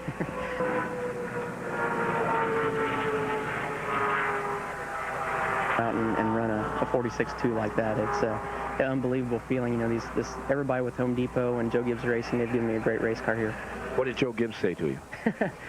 Well, he talked to me this morning, and you know, Bobby had some problems earlier today, and he'd spent a lot of time with Bobby, and he came over and asked me what I thought. I said, well, I don't think we're that good, but I think we're solid in the show. And he talked to me after qualifying, and he goes, I'm not listening to you anymore now. That lap looked like you were on rails. It was really solid. The car has driven absolutely flawlessly since we've been here. It's you know, it's been driving where I could go anywhere on the racetrack I wanted to go, even with as bad as we have to make these cars ride. The car's been really stable. I Kevin think LePage out on the track at the present time, so you didn't scare this yourself. car 16 maybe. I because never Gordon's knew gonna come what out. it We want looked you to like, stay but here that's with got to us be my and watch that run ex-husband's to new decide job. who's When he gonna be left on the pole for the Daytona Bodine 500. Racing, Let's he get back to went, Mike he Jones. said to Thanks to Roush Kevin at the LePage, who was won the 16. milk bowl So up at, I don't know at against what the Cavs time on the frame, road. but he was with Ken this Squires track in team. Vermont, first lap, And he stayed in racing 188.576 until miles per 04, hour. so this is another of the Roush racing 99. cars, and That's how get up to speed here. you He's get only to see 40 races. seconds I mean, fastest on that first seriously, lap. almost You know, I every talked to him race in the people garage area. He said, recorded "I have a were great done race with one of car. I them don't have a qualifying VHS car. It's not cameras. quite as aerodynamic as he wanted it for the run for the pole, but he says the car drives extremely well. So Not he's the gonna TV have to guys, really but, put you it know, on in amateur. the, qualifying races. He is 34th fastest at 190.404 miles per hour. Tony Stewart, Mike Skinner, Mark Martin atop the leaderboard. Ricky Rudd, Terry Labonte, Jeff Gordon coming up.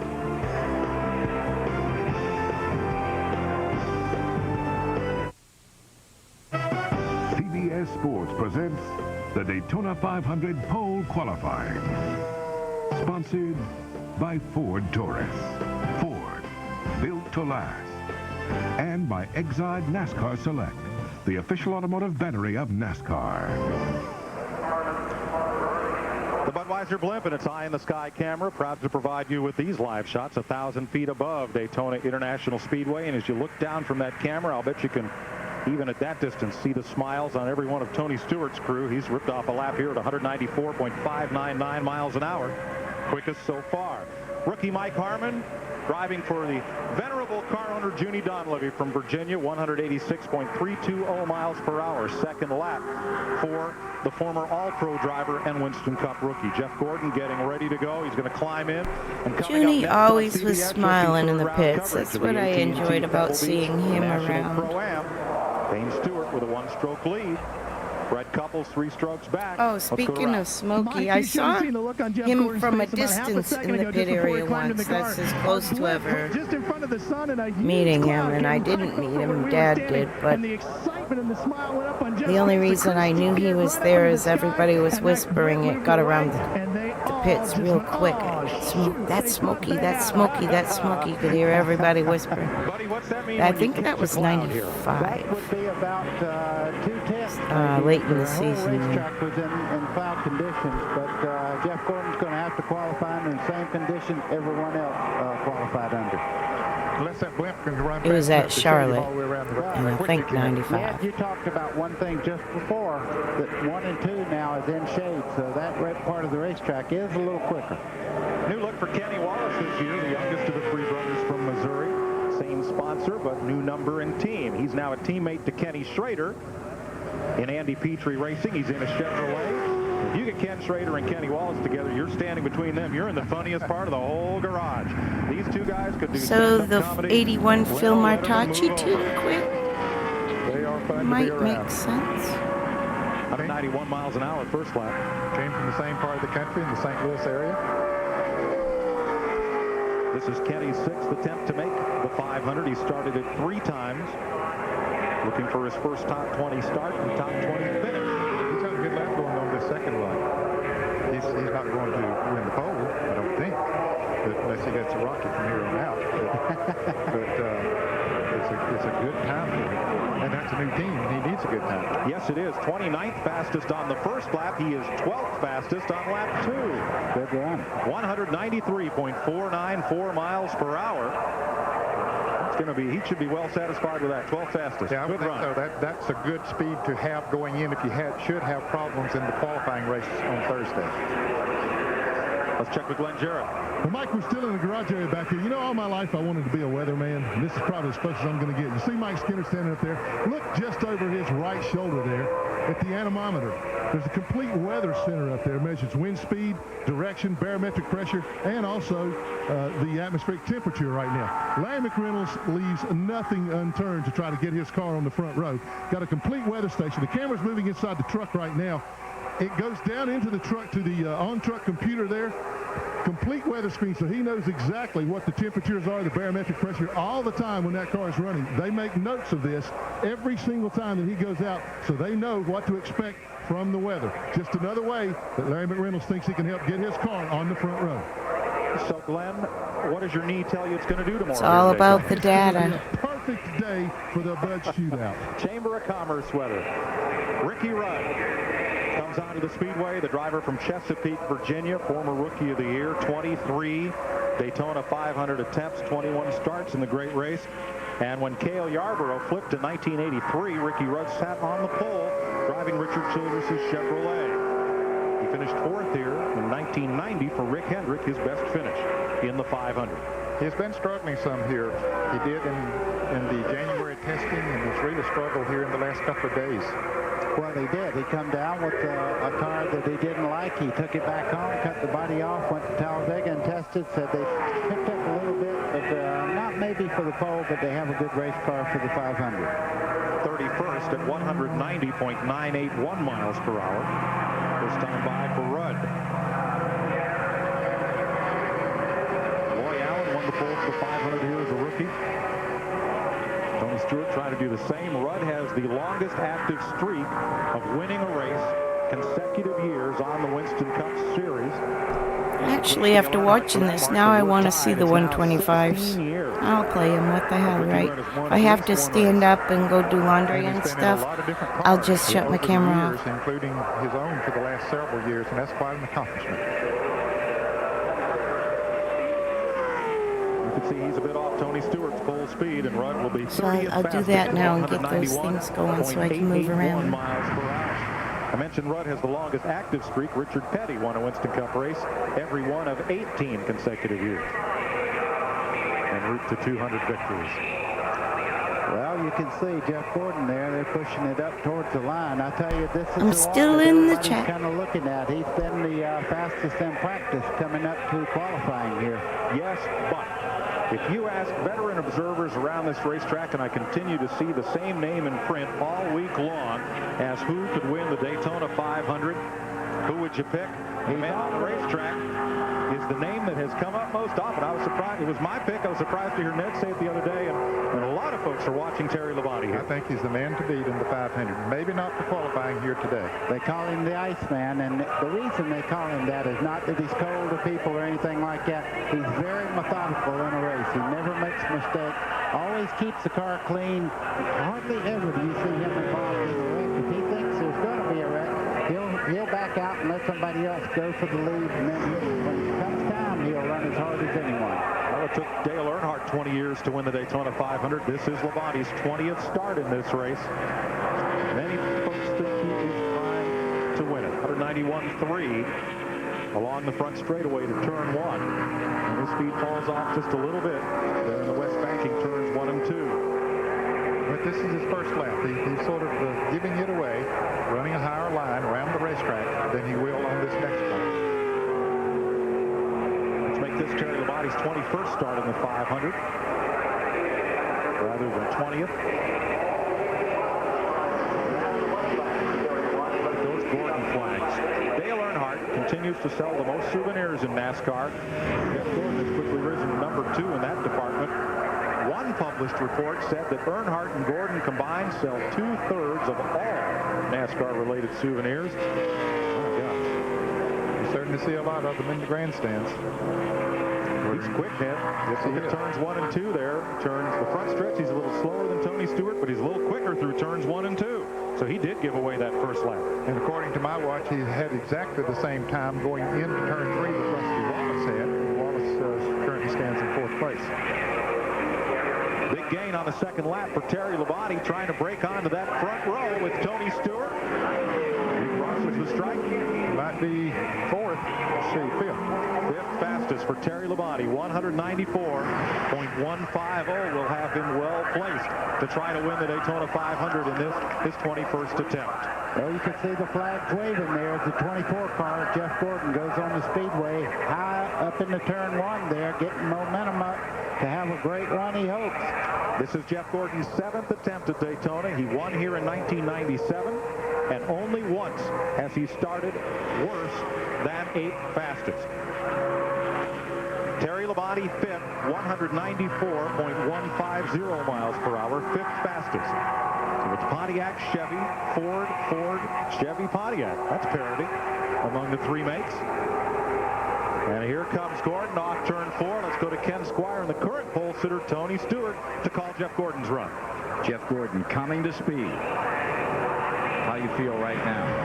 You're on the pole. This is the guy that can take it away. I wish I could say calm right now, but this guy's got a lot of experience, and I really admire this guy. He's getting guys like myself a lot of openings and open a lot of doors for us to come down here and have opportunities to drive stock cars. So it wouldn't be a great tragedy to be second to him today.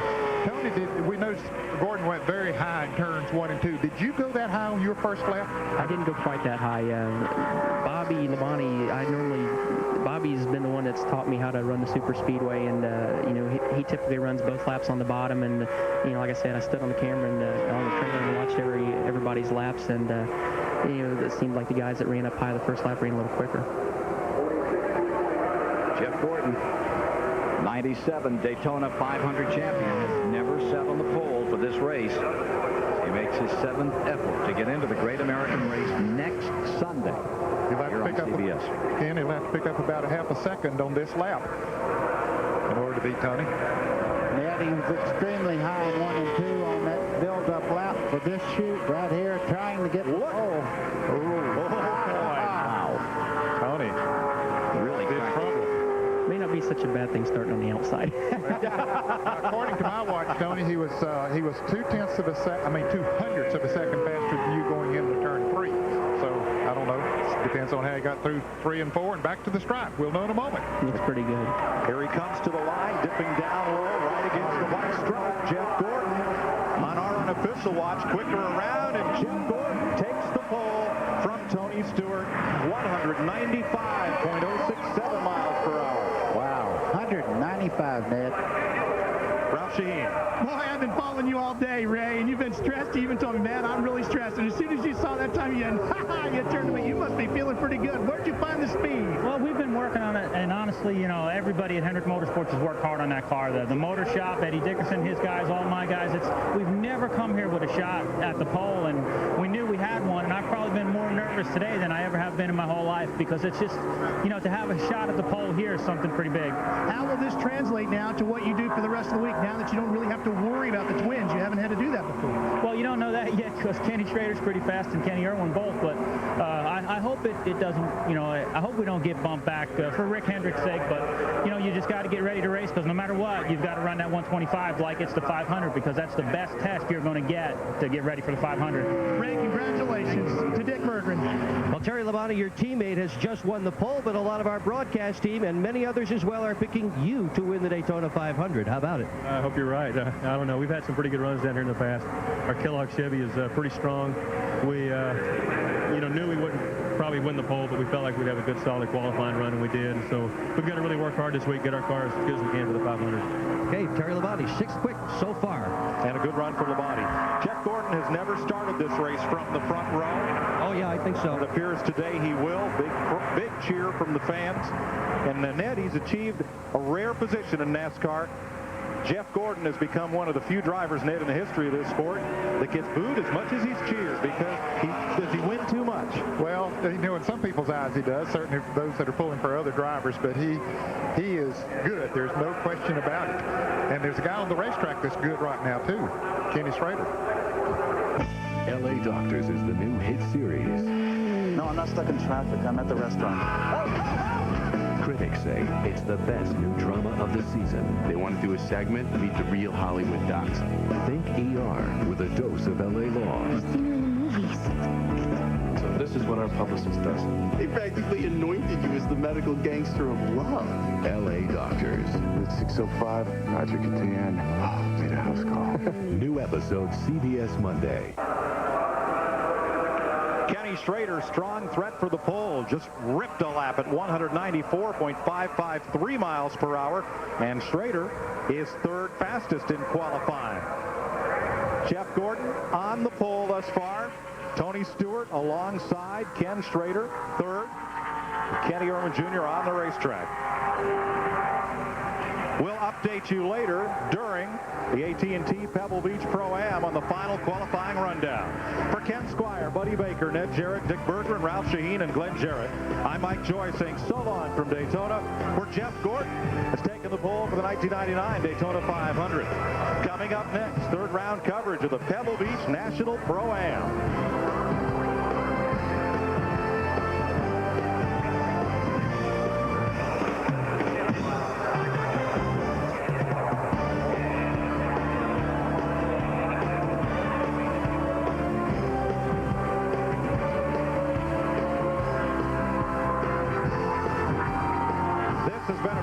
Of CBS Sports, home of the Daytona 500. In order to qualify, they must first get through the 125s. Dale Earnhardt has captured his 125 race every year this decade. The Intimidator won last year's 500 for the first time and is in the hunt to repeat. But first, he tries to remain perfect in this event in the 1990s. It's a race that can help make or break Speedweeks in Daytona. The Gatorade 125s.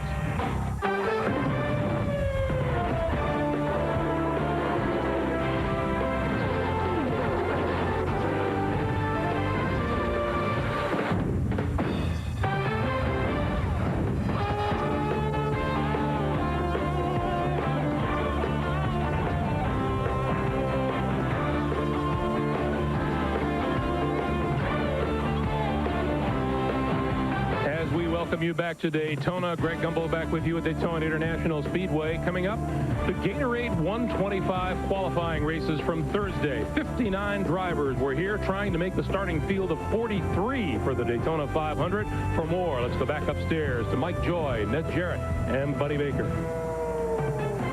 Thanks, Greg. There are 5 ways to get into the Daytona 500. Time trial on the front row like Jeff Gordon and Tony Stewart did. Earn one of the first 14 finishing positions, not counting those drivers in these qualifying races, or fall back on your time trial speed, car owner provisional points, or champions provisional. Ned, that's an awful lot for these drivers to be concerned about here. Oh, it really is. There are a lot of tough ways to get into the Daytona 500. A lot of nervous people going into these races because many of them don't have the speeds to fall back on. Many of them were not high enough in the point standings at the end of last year to fall back on points. So it is a tough, tough situation in these races. And worse yet, if you crash and destroy your car, you have to start at the rear in the 500. So, Buddy Baker, do you go for it, or do you save the car for Sunday?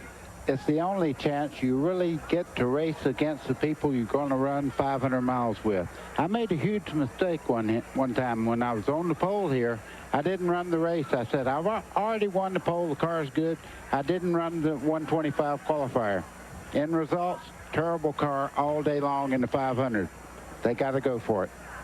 Just concluded the Napa Auto Parts 300. NASCAR is still working on the official order of finish, looking at the way the cars completed that final lap under caution. Unofficially, the top 5, Randy LaJoie the winner, Jeff Green, Andy Hillenberg, Matt Kenseth, and they are now showing Mike McLaughlin as the 5th place car. This is very unofficial. Bobby Hillen credited with 6th. Adam Petty now 7th. Kevin LePage, Kevin Grubb, and Jeff Burton are being scored as the top 10.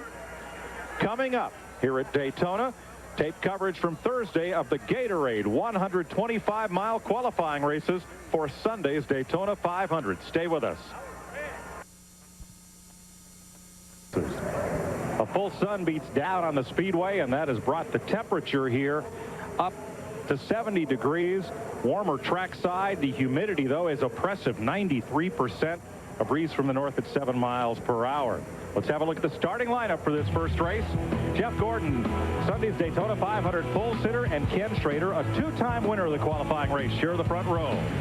Mark Martin, the winner of last Sunday's Bud Shootout, and Terry Labonte, who had the fastest 125 in history in 1989. Michael Waltrip, runner-up in this event a year ago, shares the All right, the twin 125s. 500. I'm starting that load of laundry. I'm getting it ready. Kenny Wallace hopes to make his 4th start in the big show. Wally Dallenbach trying for his 6th Daytona 500, and Bobby Labonte, last year's 500 runner-up. Jerry Nadeau quick in yesterday's practice, and Rick Mast 4th in this event in 91. John Andretti finished 3rd in this race 3 years ago, and Jimmy Spencer won the 400-miler in July in 94. Dan Pardis, the local short track graduate, trying to make his first 500. Ricky Rudd is trying to make his 22nd. Bill Elliott has won 3 of these qualifying races. He starts next to Johnny Benson. Darrell Waltrip, a 5-time winner of this sprint, and Buckshot Jones, one of the top rookies this year. Billy Standridge has the only Thunderbird in the field, and Stanton Barrett, 2nd-generation stunt driver and race driver. Jeff Green is trying to put Bud Moore's Ford into the field, and Mike Wallace, just named yesterday as a substitute driver in the Judy Dunleavy car. I'm back on the mic. I fed my Marcus puppies. Shepard has finished 2nd twice in these qualifiers, and Mark Gibson, Watching his 6th-year to make sure I don't overfill the washer, because in this camp type washer, we fill it and shut it off. I don't want to overfill it. So keep an eye on it for a minute. But I'm here in the chat. Benning seeking his first ride in the big dance till the final row. This is the 1999 twin 125's first race. For this first race, there are 16 Fords, 11 Chevrolets, and 3 Pontiacs. One of the most exciting races, I think, because everybody's back then brought all that, whatever they built all winter, even your little local shops, to try to make the big show. It was an exciting experience to watch. miles an hour he was driving for Junior Johnson. Obviously, there were no cautions during that race. The historic Daytona International Speedway is 2.5 miles around, 31 degrees in the turns, and 18 degrees just below us in the tri-oval. 6 degrees on the back straightaway. We're going to ride along with a couple of hot rods today. Jeff Gordon, starting from the pole where he will start Sunday's Daytona 500, has our CBS race cam on board. And his Rick Hendricks Chevrolet. And you're looking from the back of the Roush Ford, Jack Roush's Ford. Jeff Burton, the driver, starting in 6th position. You see how steep that banking is up in turn 4 from the back of Burton's car. Here's the man on the bubble, Dan Pardis. By that we mean he is in 14th place in this lineup, not counting Jeff Gordon, who's already earned his way into the 500. He is the man right now who sits in the final transfer spot from this 125-mile race. Pontiac safety car dips to pit road, and Jeff Gordon and Kenny Schrader will bring them down for 125 miles, 50 laps. Green flag.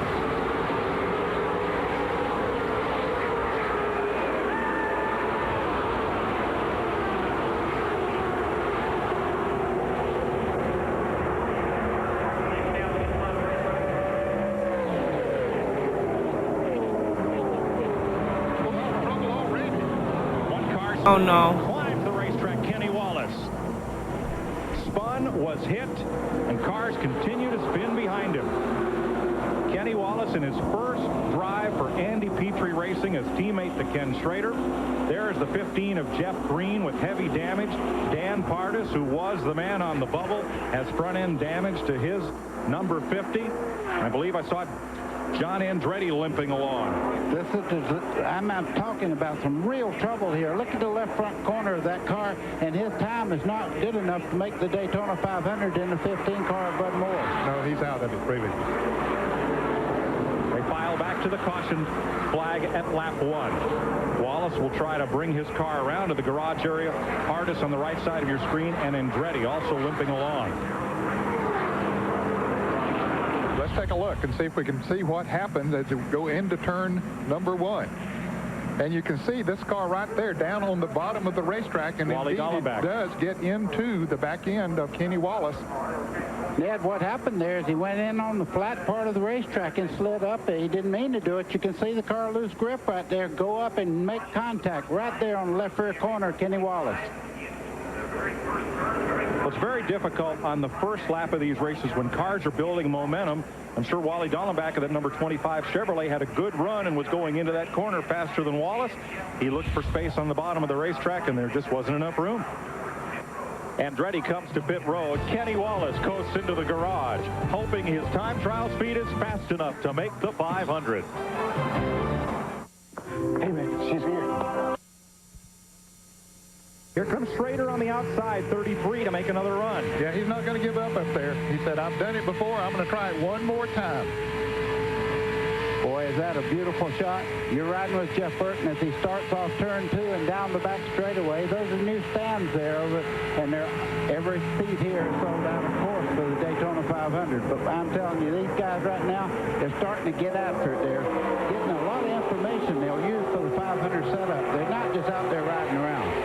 Now the cars side by side are the Labonte brothers back at about 6th place. There they are, Bobby in the green number 18 and Terry in the 5. Schrader found a spot in line, and that kind of left Terry Labonte out on the outside by himself. He's got Michael Waltrip and Bill Elliott behind him, but he's dropping back just a bit. Ralph Shaheen. Mike, the new tire that Goodyear has brought to Daytona is a little bit thicker than what we've seen here in years past. Has just a little bit more rubber on it. Most of the crew chiefs have told me that it's going to take between 10 to 15 laps before they really get an idea of how the car's going to handle. Got to wear that first layer off. We are now working lap 13, so we should be getting a good idea of who's got good handling race cars here today, starting right about now. Thanks, Ralph. The second pack of cars appears to be running down the leaders. All of that double file racing up front is going to bring that second pack to them. We just saw John Andretti head for the garage area. Dick Berggren.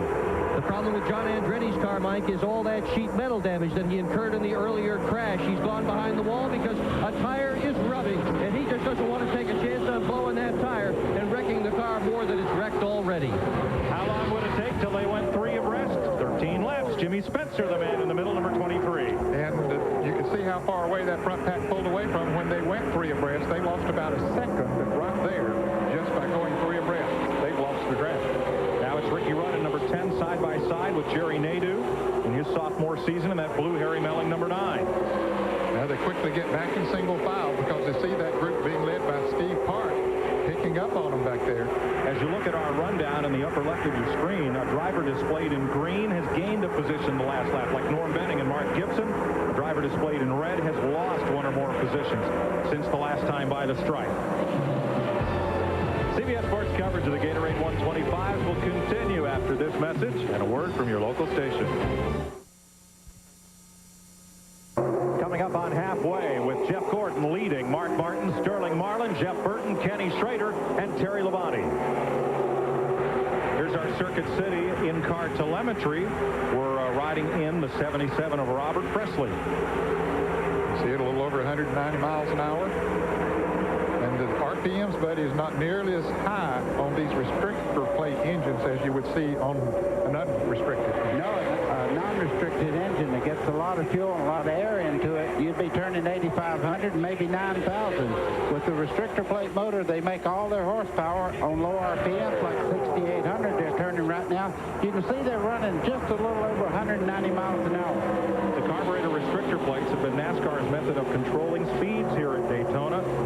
That carburetor could swallow a volume of air the size of a grapefruit, and instead it's got 4 little holes each the size of a grape to pass through to feed that engine. This battle is for 6th place. Terry Labonte in that red and yellow number 5. Michael Waltrip, new colors, new ride for him this year. The number 17. I think Michael Waltrip may be having just a little bit of handling problems on that car because he drops back in the corners just a little bit, and that's usually an indication that the car has a little bit of handling problem. Maybe starting to get a little loose. Now, we mentioned a moment ago that there was a 7-car breakaway. Those 3 cars that had lost that draft have picked back up to them now. And now they're going high. They might be about to lose it again, but they had to close back in on the front line. That's Bill Elliott, Rick Mast, and Bobby Labonte. When Elliott climbed the hill there, you saw just about a 4-car length gap separating them from the front 7. From Geoff Burton, you're looking ahead at Sterling Marlin, 2-time winner of the Gatorade 125 here at Daytona, up in that front pack. And Burton about to have a little company. Kenny Schrader having a real strong look at him. Burton in trouble, though. He's on the bottom part of the racetrack, and you can see the fast traffic on the outside of him there. He'll lose some positions because you see Schrader go by on the outside there. Being by yourself at Daytona is not the thing to do. Bill Stevens? Well, the reason that Geoff Burton wound up where he is because he's been trying everything to hook up with Mark Martin. He's telling Frank Stoddard, his crew chief, that nobody will get out of his way and cooperate, and we know why that is. The last thing in the world the rest of the field wants is for the 6 and the 99 to hook up. So Burton pulls in behind the number 7 of Michael Waltrip. And Mark Martin is the lone Ford in that front pack of Chevrolets. Until you get back to the 99 of Burton. Right. These two guys last year, Jeff Gordon, and you see right in the 6th car there, Mark Martin, they battled one of the closest battles ever for the national championship. Very strong, but Sterling Marlin looks to the inside as they start off the dog leg, making it too wide for 2nd spot. And evidently Bobby Labonte sensed that because he made the move coming off of turn 4 to go to the inside so he could pick up a draft for anyone who might go down there. Sterling Marlin knows how to win at Daytona as well as anybody here. Well, Jeff Burton might be able to get with his teammate in a moment because there's Mark Martin heading backwards a little bit. This looked like a gang fight, and the rest of Mark's gang of Fords didn't show up there at the front of the pack, and all the Chevys lined up halfway. 25 of 50 laps coming this time. Boy, I take that back to what I said about Michael Waltrip. He's got a very good race car. He moved to the bottom of the racetrack, but he's by himself right now. That's not a good situation, but apparently he's just feeling that car out. It's a new team for him, and he's getting a lot of experience right now as to what a Chevrolet wants because he's been in a Ford for the Wood Brothers for a couple of years now. Now, with these cars racing side by side up here in this first pack, that's good news for that second pack. It was said a moment ago they might not be able to catch them. Well, they are beginning to move in on them a little bit now. 2.2 seconds from this group back to the second pack of cars. Mark Martin second just 3 laps ago. He has drifted back into the clutches of this next group. Well, what he's done is moved back there and got his teammate hooked up with him now. These two may come right back to the front. He has a drafting partner. That might have been strategy. He dropped back there, picked Burton up.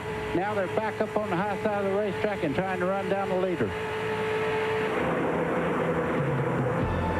Stay tuned for more coverage of the Gatorade 125 from Daytona.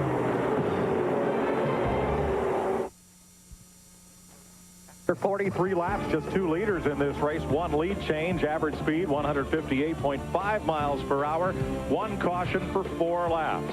7 cars off the track, out of the race. 4 cars crashing out. Dolleback with electrical trouble. Benning and Gibson handling problems. 6 laps to go. Labonte's Pontiac is the leader. Schrader's Chevrolet, number 33, Gordon Chevy, number 24, Sterling Marlin Chevy, number 40, and then the Fords, 99 Burton and 6 Mark Martin. Ray Evernham. He don't look worried a bit. They know they have a great race car. They're going to start on the pole. They've learned a lot about race setup through this race. I think the sleeper right now in second place, I think Kenny Schrader may have something for him when it comes right down to the end here. Schrader picked up the nickname The Bear after a symbol of a former sponsor of his, and he may be about to come out of hibernation here with 5 laps to go to try and pick up his 3rd victory in this event. Here is Darrell Waltrip, 18th place. That will not get him into the Daytona 500. We won't know until after the 2nd qualifying race whether or not Waltrip has made the show for Sunday. Right. The only possible chance he has at this point would be to get in on the past champions provisional, and that'll depend on what happens with Bill Elder. Well, last year in the Daytona 500, Dale Earnhardt held off all comers in the closing lap. Buddy, Bobby Labonte, is he in the place to be, or is he a sitting duck? Well, it depends on what happens behind him. If a race breaks out for second place, all of a sudden he's out there by himself. He'll have an advantage by being in the lead. If they work together and try to get by him, he might be a sitting duck. 4 laps to go. Johnny Benson has come to pit road. May see his chances of making the 500 going away. Missed the show last year. Did run in the 500. A lot of guys out. It looks like Benson's out now too. Where's his schedule? I don't think his speed would get him in, but the possibility of the points. His car owner finished 22nd in last year's point standing, so that could be a possibility. So, Ned, what I'm hearing is if Schrader and Gordon go together, they could beat Bobby Labonte, but either one by himself might not be able to. I would say that would be very difficult for either one of them by themselves to pass him. Mike, Jeff Gordon just dropped back just a little bit. I think he's going to try to make a run on these guys. He went back about 10 cars out, closed up, and now he's making a run for second place as we speak. Underneath Ken Schrader going to turn 1. That's Gordon on the inside, and that's where leader Bobby Labonte is. So Schrader is now fronting the outside line, and by the laws of the draft and aerodynamics, is going to move a bit backwards. You can see this isn't just a walk in the park. Jeff Gordon's arms moving back and forth, fighting for control as he goes through the corner. Now you see he's getting pushed around a little bit. Last Pontiac to win, a Gatorade 125, Bobby Allison, 1981. Jeff Burton has his line up in the second as they come off the turn 4 there. You can see back in the pack here, 3 wide as they come off turn 4. And look at the gap in front of those cars that continues to open up as long as they stay 3 abreast. One thing that could help Bobby Labonte is we see that 3 wide continue through there. I'm not sure how smart that is because they're in the Daytona 500 and they don't need to be taking chances, but they want to finish as far up as they can. I started to say one thing that might help Bobby Labonte, they're coming up on the lap car that might give him a little bit. So no, that's not going to help at all. As they come off the turn 2, he goes right by the lap car. That's Johnny Benson just running too slow to be of any help to Bobby Labonte. A lap, 2.5 to go. Boy, do we know where to put a camera or what? You're riding with the second place car as they fight along there. Kenny Schrader and Jeff Gordon may have enough momentum. If they really hook tight, drop back just a little bit and get momentum. As you see, he looks to the outside. Now the inside, back under there as they come into the trioval. One lap to go. This is it. Bobby Labonte will be driving with his rear view mirror as much as anything else because he wants to go wherever he thinks Gordon's going to go. Ned, you're exactly right. You see Gordon dropping back just a little bit there, trying to get that toe from the 33 car there in the draft. He's going to try to make his move going down in turn 3, but he's not quite going to be able to make it. Bobby goes to the bottom of the racetrack. Schrader now has Jeff Burton on the inside, trying to shove one of those Fords up into the top 5 for Jack Rouse. So Schrader's got to fight the high side. They are 2 by 2 for 3rd place, and Gordon is 2 car lengths back of Bobby Labonte off the final corner. He'll never catch it. 1,200 feet, 500 feet to the finish line. For the first time since 1981, a Pontiac wins the Gatorade 125. Bobby Labonte has done it. Rookie Stanton Barrett has caught the whip of a draft, but he's not going to be able to overhaul Ricky Rudd before the finish line. Rudd will earn the final transfer spot. And we'll catch up with Bobby. All righty. Race 1's over. Right after this. Mark Martin, the top 5. Jimmy Spencer, Michael They must Waltrip, have skipped Robert it. Presley, Sterling Marlin, Terry Labonte. The That top was 10. on the tracking. Rick Mass, Steve Park, Jerry Nadeau, Ted Musgrave, and Ricky Rudd all raced their way into the Daytona 500 field. Oh, Nadeau's in. Darrell Waltrip, Mike Wallace, Bill Elliott, and the rest of these drivers will have to hope their qualifying speed is Oh fast man, I enough, thought or Stanton was their getting 1998 point in. standings are high enough to get them into the 500. Let's go to Victory Lane and Ken Squire. The pride of Corpus Christi, Texas, wins his first 125-mile qualifier. And here is Bobby Labonte about to come out of the Joe Gibbs number 18 to a great accolade from this audience here at Daytona.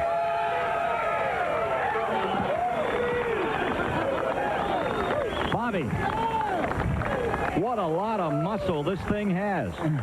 Well, I tell you what, these guys did a great job. The motor room, we put a new engine in last night or this morning, and the guys did, and they did a great job. We made a little call on the other one that wasn't quite as good, and this one here is pretty strong. So looks like you're ready to win the Great American Race. Well, I don't know if I'm ready. I ain't been trying very long, but you know, I'd like to say that I've got some good opportunities with a great bunch of guys, and you know, if we can keep it going for years to come, you know, I might not get mine this year, but I'm gonna keep trying every year I can. I can tell you that. Bobby Labonte wins the first of the 125-mile qualifiers. Coming up next, rookie pole sitter Tony Stewart battles defending champ Dale Earnhardt in race 2. 5. Rusty Wallace, twice a runner-up in these races, and Ernie Irvin, the 94 and 96 winner. Dale Earnhardt trying to shatter his own record and win his 10th straight qualifying race. Jeremy Mayfield had a strong third-place finish in last year's 500. Joe Nemechek goes for his 5th 500 start, and Bobby Hamilton driving for the Morgan McClure team that have won 3 Daytona 500s. Dale Jarrett won the 500 here in 93 and 96. Kyle Petty looking to make his 20th start. Ward Burton 5th in the qualifier a year ago, and Rich Bickle trying to start his first 500 in a decade. Chad Little 7th in the 500 last year, and Brett Bodine makes his 12th start. Jeffrey Bodine, who won a qualifying race and a 500. Kenny Irwin, last year's Rookie of the Year. Elliott Sadler, the rookie, driving for the storied Wood Brothers. And Kevin LePage, the Vermonter, on the Jack Roush team. Steve Grissom, a front row starter in the 500 in 97. And David Green, trying to make his first 500. Ricky Craven finished 3rd in the Daytona 500 2 years ago. And Andy Hillenberg hopes to make the big dance for the 2nd year in a row. Ken Bouchard, NASCAR Rookie of the Year in 1988. And Gary Bradbury, hoping to get in the 500 for the first time. Then there's Glenn Morgan, the rookie from Texas, and Dave. It's gonna be a long shot for Kenny. I don't think he's 23 years ago. Capable in this one. Derek It's Cope, gonna winner be of the tough. 500 in 1990, and for Dick Trickle, it's the 10th different team he's driven for in the 125-miler. Jim Sauter, the other Wisconsin veteran in the field, is driving a 2nd car out of the Dave Marcus shop. Manufacturers breakdown for this second 125-mile qualifying race. There are 12 Fords in the field, 11 Chevrolets, and 6 Pontiacs. There are 29 cars in this race. They'll go for 50 laps, 125 miles, another $500,000 up for grabs. Race record 189 and a half, set by Terry Labonte back in 1989. That year, Labonte and Sterling Marlin were the first to run that qualifying race at the 125-mile distance without a pit stop. A trend that continues to this day. Dale Earnhardt will have our CBS race cam, starting as Richard Childress Chevrolet from 5th place. Dale Jarrett, the Robert Yates Ford, starting from 9th position. And the Siemens in-car cam is in the Ward Burton Pontiac. That's Bill Davis Racing, and he starts 11th. Jeffrey Bodine from Chemung, New York, driving for Joe Bessie, is right now the man on the bubble. He starts in 15th I'm back position. if you hear the washing machine going. If you don't hear it going, then I have to get up and start it again because I'm just washing a double wash. Rusty Wallace at that white and blue number 2. Ernie Irvin's yellow 36. Dale Earnhardt's black number 3. The 12 of Jeremy Mayfield, Wallace's teammate. Here they come down to the green flag. Green flag for old Tony, first time at Daytona. How about that? We're racing.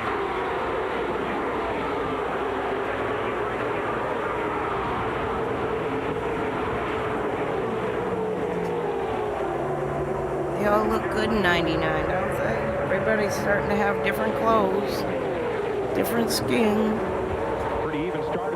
different sponsors. Oh, I don't like that car. Scary. Oh, that thing's a rocket. Look at Stewart. Oh, come on, man. Earnhardt on the flat. Rusty blocking Dale in the first lap. Oh, my Just God. in front of him, Tony Stewart leading the race, but Dale Earnhardt said he's still the man here. He told me that yesterday in the garage area. And Joe Nemechek slipped up in there. He had a good first lap. A lap runs down the back straightaway, and now double file, triple file again. Boy, Rusty looked out of shape bad there when Dale passed him. In 88, but look at Earnhardt. He's up to 2nd spot. Yeah, team cars side by side. He's trying to get away from Skinner with that stinking side draft. Skinner's holding him back. Now there's so much traffic up there. Skinner likes that lean on it cars. Does he not know how much that's hurting him to be that close to the car and get sucked in? You gotta get outside that bubble. Gotta get outside the fan. By himself, and here comes Earnhardt The V. trying to move. The V off the nose of the guy in front of you. Mike Skinner in all kind of trouble. He got in the middle part of the pack there with the draft is not that great, and he drops to about 6th, 7th position, and he's still sliding back. Yep. Look at this And he did it to himself. Trying to side draft on Dale. And out in front of all of them by himself is Tony Stewart. Here's Ralph. Mike, a lot of fantastic veteran moves being made behind Tony Stewart, but he truly is a rookie. So much so, in fact, that just before the start of the race, while they were rolling around on the If I was a spotter, I'd say, tuck your ass in now. God, what are you trying to do? So Bobby Labonte on the radio to Tony Stewart. That's as good a coach as you can get. Look at the middle of that pack as they shuffle back near the bubble spot. 3 wide. I guess on the graphics, the red's the people that got in. In the middle of that sandwich, number 21. He's got to contend with the man on the bottom of the racetrack. At 45. No, I guess it's just in red. Yeah, Bickle right now. You see them wiggling as they come off the corner. A lot of people are running very soft springs trying to get that blade out of the air and make it fast. But Hamlin, so look, you have to give up something to run. Oh, contact there. Boy, this is a recipe for a wreck. You think? Skinner is a little out of his sockets. I can't believe it. Ned, it looks like the Misreading the air everywhere. But they're running 190 miles an hour like this. That's Kevin LePage up on the outside there. Now he gets broken loose a little bit. He had to say, boy, that felt good. I'm glad I got that done. Upper left of your screen, drivers in green have gained a position like Ricky Craven did last lap. Drivers in red have lost one or more, like Dave Marcus back in 24. Look at this fight. 3 wide. Now, Elliott Sadler is a Winston Cup rookie, and boy, is he getting an introduction to how tough this is as he stays right in the middle of that 3 wide pack. Mike, you're exactly right. The reason these guys are doing it, this is to get in the Daytona 500. Jesus. What's wrong with y'all? There was Elliott Sadler's in 21 car. Nice to see a sponsor on that Joe Falk number 91. Still ran without one all of last season. There's Nemechek in 42. He has dropped back from 4th all the way to 20th spot. He had made a great run on the first lap. And then I guess the ones in green are in on points at that point. Tony Stewart. How long could the Daytona Must be some math going on in that graphic. Dale Earnhardt. Look at Stewart. Baby Stewart. In turn number 3, but at this rate that should not put the field under caution. Sorry, it's really, really blurry. It's the VCR tape, apparently. And the man who's won every one of these races this decade is trying to put it in the wind. But let me tell you something about Tony Stewart. This kid's a racer, and look at him go after Earnhardt, fender to fender. Yeah, but he's out of the draft right now, Ned, and he's in trouble. He's going to drop about 4 or 5 spots by being on this side. Pump drafting at 200 miles an hour. I have no idea what the green graphics mean versus red. Why did everybody draft with Earnhardt instead of Tony Stewart? Well, you do that until you Just give the him ones in black are He hasn't in. sucked yet. He hasn't run with these guys. They know that Earnhardt knows what he's doing. Plus, Dale Jarrett gives him a big call. He's come up through this field running in second now, and he knows how to draft. He likes running with Dale Earnhardt. These two guys right here will be hard to pass. Dale Jarrett started 9th. He's climbed to 2nd. I think, Ned, that's the toughest job for any rookie is to gain the ones in black respect of the would not drivers, be. so they will They're trust just you doing to run something with I you in don't the know. draft. It is, and having a fast Just car having them all doesn't give different that trust. colors. You got to get up there and mix it up with them and make the right moves up there. Tony Stewart's got a fast car, but he needs some friends. Dick Berggren? And he doesn't have them, Mike, and they said that this morning. The team was aware that Tony Stewart had to stay in the lead of this event, or he was just going to wind up at the back of the pack. He has had trouble here at Daytona, even though he's an IndyCar champion. He has had trouble here at Daytona, finding people who would race with him. They just don't know enough about this young 27-year-old racer, but I'll tell you what, he's a good one, and they're going to learn a whole lot more about Tony Stewart before this deal's done. You think? Right here is to bring that car back in one piece. I have no idea what he will accomplish in motorsports. 500, but he'd be starting at the rear instead of on the outside pole. Let's go back to 23rd spot. That's number 30, Derek Cope. 71 is Dave Marcus, left of your screen, and 72. Something to be said about winning and everything. Jim Sauter. Everything he drives, he Dave wins. Marcus has been in the Daytona 500, and he's never come to February in Daytona and failed to qualify for the big dance. This year, he's got 2 cars in this race trying to keep that streak intact.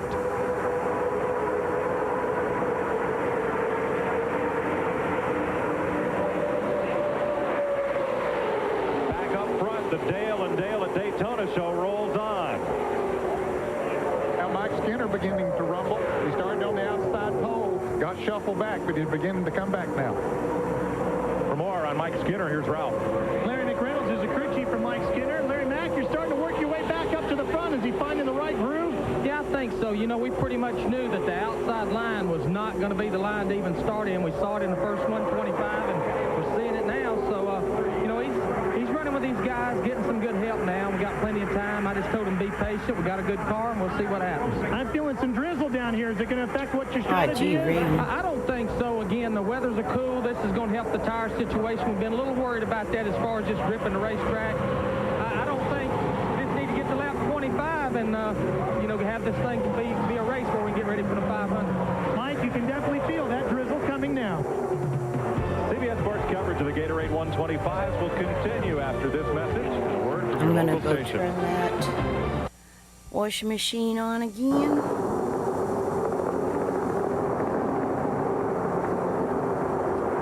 Bobby Hamilton holds the bubble behind Ernie Irvin and ahead of Derek Cole. Coming up on halfway. And there's your pole sitter number 20, Tony Stewart, battling Mike Skinner. And last year's Rookie of the Year, Kenny Irwin, he's tucked right up under Skinner.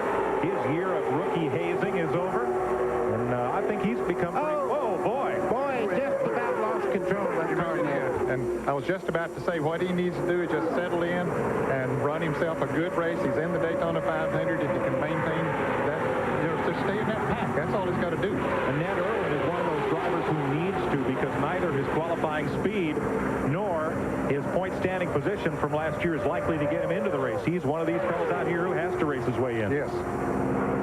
Up front, veterans Earnhardt, Jarrett, Mayfield, and Wallace. Ralph C. Todd Barrett is the crew chief for Dale Jarrett, who's running right up there in that lead group. Todd, you're in a position to win this thing. What's your strategy going to be now? I couldn't tell you. That's that guy out there running second right now. Earnhardt's got a strong car. He's been strong all week long, and you never know what he's got. You know, he's won 9 of these things in a row, so he's out front where he usually is. So, but we got a good car. Does it seem better, high, low, in the middle? He seems to be staying on the bottom right behind Earnhardt. So, but he has had to run high. I think the car will go anywhere it needs to go. He hasn't said anything at all. Mike now he just needs a friend to get on past Dale Earnhardt. Well, he's got a fast forward right behind him in Mayfield. Look at this group. And Tony Stewart's fought his way to the front of it. Yeah, the first 5 are nose to tail, but back here there's a war going on. Mike Skinner and, of course, Tony Stewart side by side for about 3 laps now. They've really been going at it. And as a result, they have lost the draft of that front 5. I think they'd be wise to let Tony Stewart get in front and let him help pull them back up to that lead pack. Now, here's somebody who will work with Stewart. Both Kenny Irwin and Tony Stewart are graduates of USAC open wheel racing. So that's Irwin lined up right behind his old fenderless racing buddy. I think that's what Kenny Irwin has in mind right now, is to try to help. Well, no, he's not going to. I said that? Boy, I tell you, oh, there's more contact. Tony Stewart got into the left rear quarter there as they started in the corner. Yeah, that could have been a tough situation right there. Trouble, turn 1, 2 cars slam into the wall. Dick Trickle, number 13, is one, and David Green, number 41, is the other. Green trying to make his first 500 after being Busch Grand National champion. And caution will come out for the first time in this second Gatorade 125. They'll race back to the flag. Earnhardt, of course, has them under control. They basically will maintain their positions as they come back to the flag. All right, let's have a look at what happened with Dick Trickle and David Green down in turn 1. Okay, here is David Green in the 41 car, the white one, as they go down into turn 1. Dick Trickle moves up, loses the back end of the car going into turn 1, comes back up, and there's the contact. David Green's car is badly damaged. Dick Trickle may be able to make repairs. We're under caution in the second Gatorade 125. Dale Earnhardt leading Dale Jarrett and Jeremy Mayfield.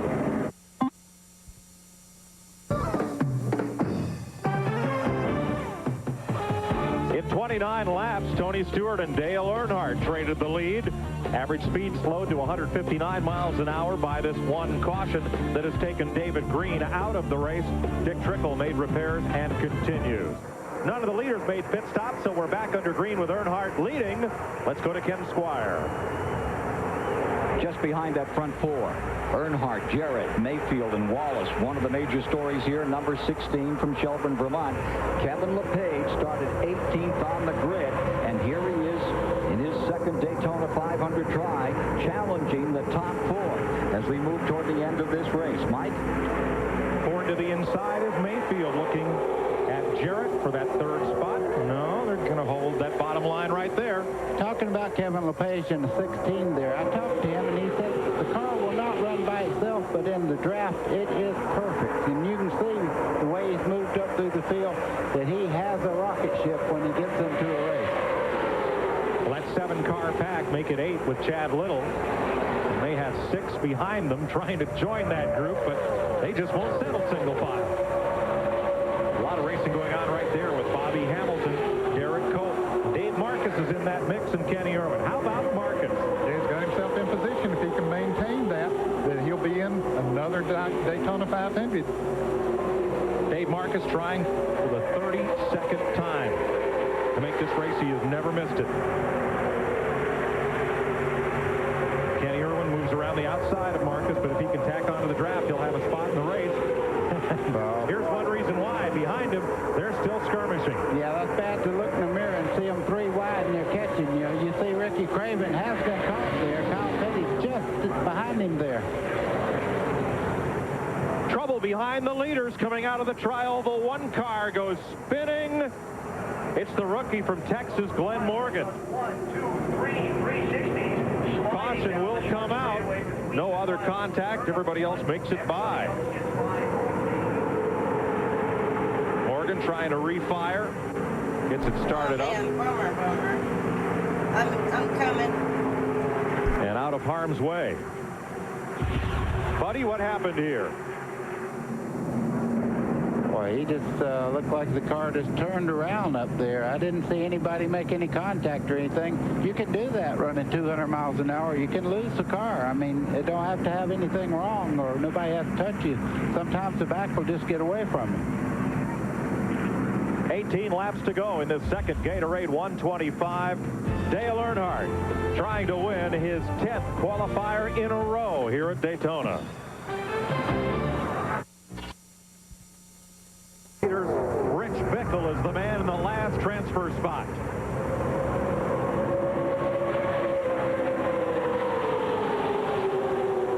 First pack has gone back to single file, and again they double it up behind. Now down to the bottom. Mayfield looking at Jarrett, looking for a move, but he's going to run out of straightaway before they get to the banking. Yeah, he also ran out of horsepower. Jarrett just kicked it in there and pulled it away from him a little bit into the straightaway. Oh, look at the pack right behind them, though, while they're single file up front. Rush hour. Wow. Back near the bubble spot. Elliott Sadler, the man on the bubble. Here's your front 7. Earnhardt is trying to whip that snake by changing lanes. I like that. But here comes Jarrett. Has a look on the outside.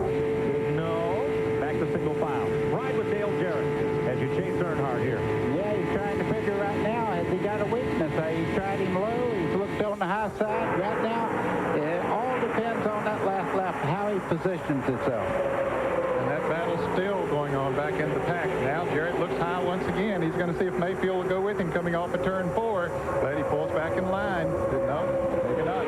If you're Jeremy Mayfield, do you go with Dale, or do you haul your teammate Rusty to the bottom and try to get by him? Well, that's a good point, and I'm sure that's something that Dale Jarrett is thinking about there. Dick Bergeron. If the crew chief could drive the car. Okay, I'm back. Now It's you see washing Jeremy again. Mayfield upstairs. His crew keeps calling him on the radio saying, time to go. Get upstairs. That's the place to be. Jeremy's just being real quiet. He's driving the car. 7 laps to go, 45. 7 to go. There he is on the left side of your screen in that 3-wide battle. He's about a foot away is the distance between making and missing the race. Oh, that's Irwin into 36. Bernie Irvin. No love lost between Irwin and Irvin. No, they're not best buddies. No Christmas cards being sent to those houses, I'll tell you. This is going to be wild, these last few laps of the bubble positions back there. Now Kevin LePage, there's that bright orange car drifting back into the clutches of that second group. That leaves us with only 6 cars in the lead pack. Derek Cope in the black and gold car there had 30th quick time. He has driven that car perfectly to get himself into the Daytona 500. Remember, they changed engines just an hour before rolling out here to the starting line. What outro should up? And play? The one I played in the beginning was Smokey about battle right in the midst of all this. Look at Sadler, number about 21, Tony. and look at Urban take him 3 wide downtown in the turn 3 banking. Or I could do a Flagler Beach. 73, the black and yellow car, kind of tied up in the midst of that pack as well. Now he's in contention for that bubble spot, but he's the 20th place car. That's how tight they're running. 5 laps to go. Earnhardt hauling them around, trying for his 10th straight and his 12th overall victory in the Gatorade 125. Here's Ralph. Mike, when you're that kind of a veteran like Dale Earnhardt, the crew doesn't have to tell you anything except for where the other cars are, it's single file, and how many laps to go. That's all the information he's getting. They're leaving all the driving decisions up to Earnhardt. And he's doing a good job of just that, Ralph. He's moving around on the straightaways, not giving anybody a clean line of draft to follow him. He goes to the outside, then to the inside of the racetrack, down the back straightaway, not giving them a lot of draft. Dave Marcus in trouble. He's still in that second pack, but he slid back to 24th position. There's Richard Childress, who owns Mike Skinner's and Dale Earnhardt's cars. Marcus in danger of missing the 500 for the first time. He does a lot of testing for this man right here, Richard Childress and Dale Earnhardt. Also tests the International Race of Champions cars. Ooh, Ricky Craven in the middle in the car number 58 back there. Go back to the front. Yeah, it looks like a big Congo line as they go down there. Whatever Earnhardt does, they just mirror shadow him down through there. I got a feeling right now that Earnhardt's going to be a tough customer to pass because he's using all the racetrack. He can make that car very wide. 6 cars to decide it for the win with 3 laps to go. The Chevrolets of Earnhardt and Skinner, the Fords of Jarrett, Mayfield, Wallace, and LePage. 4 to go. Back there, the 3 Pontiac to of go. Tony Stewart.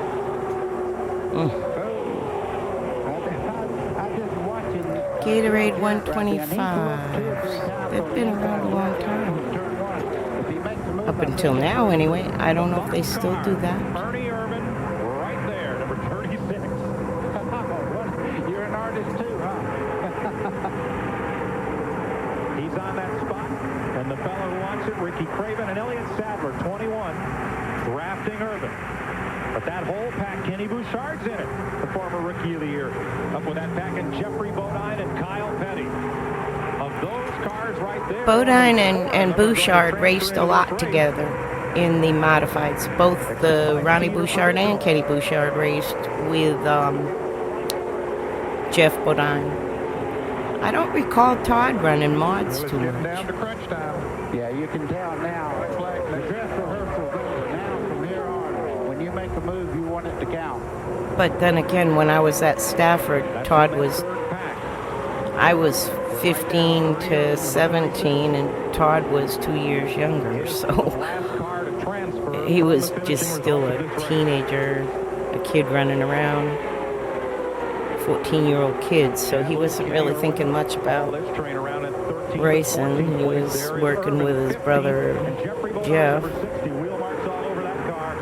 See, all us kids would hang out at the outside of the Stafford Speedway clubhouse, and we were there because all the owners and the crewmen and everything, the owners were waiting on their payout, and the drivers, and everybody was waiting on the payout after the race. So we hung around an hour or two while everything got sorted out, and you had your little inspections, and then they divvied it, counted out the money, and the whole 9 yards. But Stafford was good. They paid out that right night.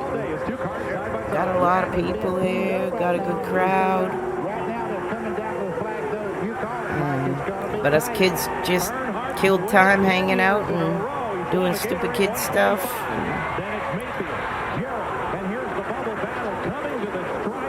The kids do. Kick the can or whatever.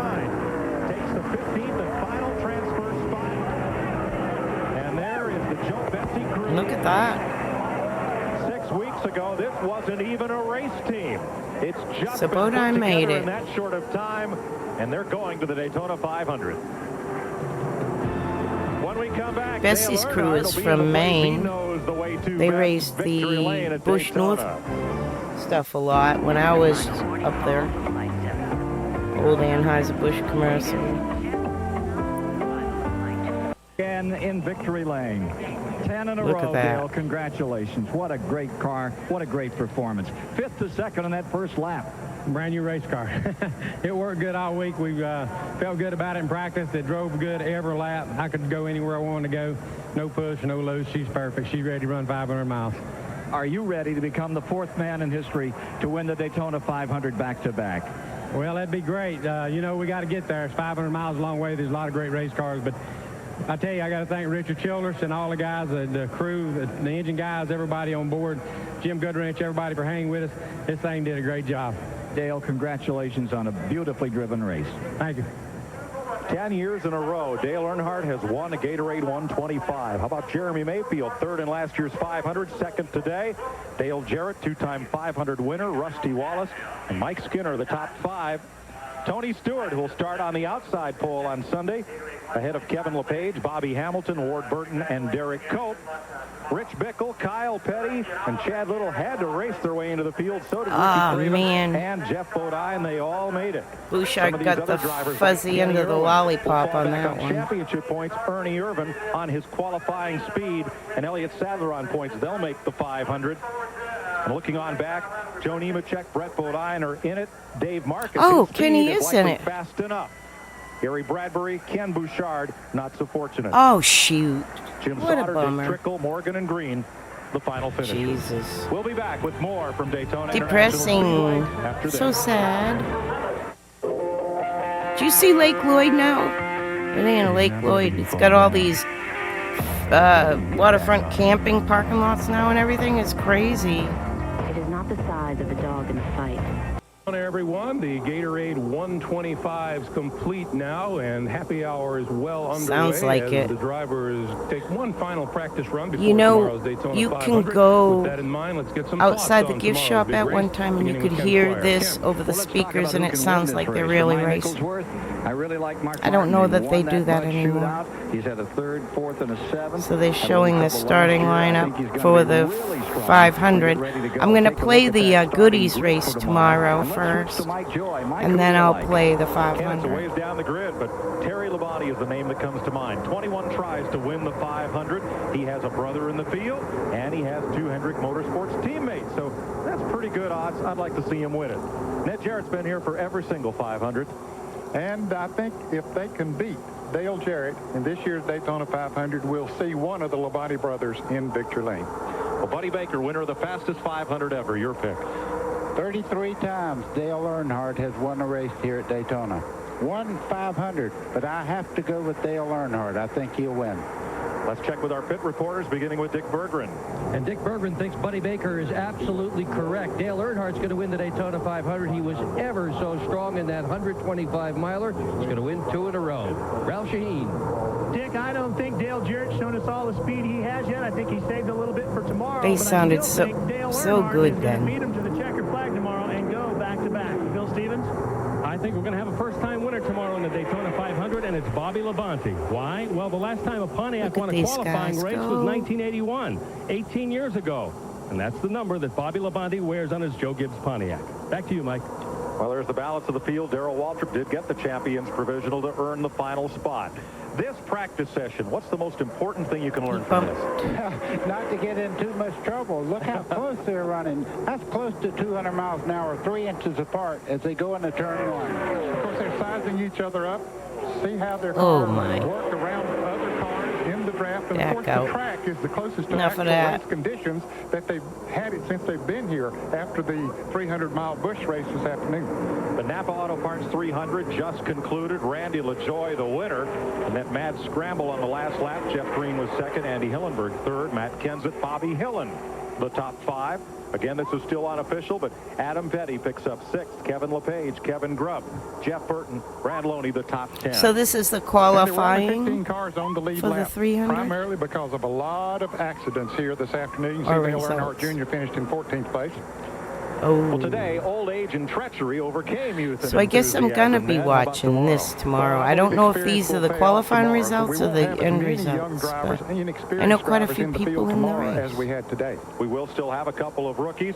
Buddy, when we have a really wild race like this one this afternoon, does that mean things are a little calmer on Sunday for the 500? You would think that, because every one of them watch. When I get offline, and in addition to doing laundry, I'm going to be watching the weekly short track races. I fell asleep watching the cars race and never even got to see if they finished or not, because they were under a lightning delay when I fell asleep.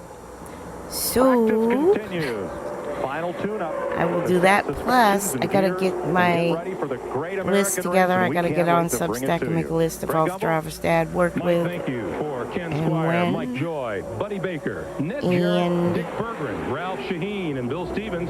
I'm Greg Gumbel. So long from the get Daytona him some International notes Speedway. for the. Don't forget, tomorrow, beginning at noon Eastern Time, it's live flag-to-flag coverage. Get him some notes for the radio show, the racing, the Legends of Racing radio show that's coming up.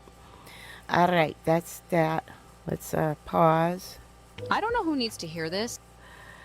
I don't. Alrighty, we will raid you out when I'll start looking for who to raid, but I'll play this in the meantime. It's just a couple minutes. Me at the beach with the puppy this week, and she's due, man. She's been asking. This is what we do when we're not racing. Getting the plovers.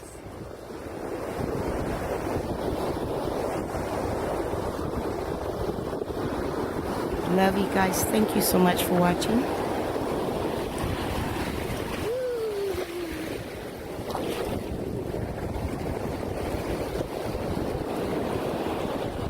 I'm going to raid you out to Vader. I finally finished before him.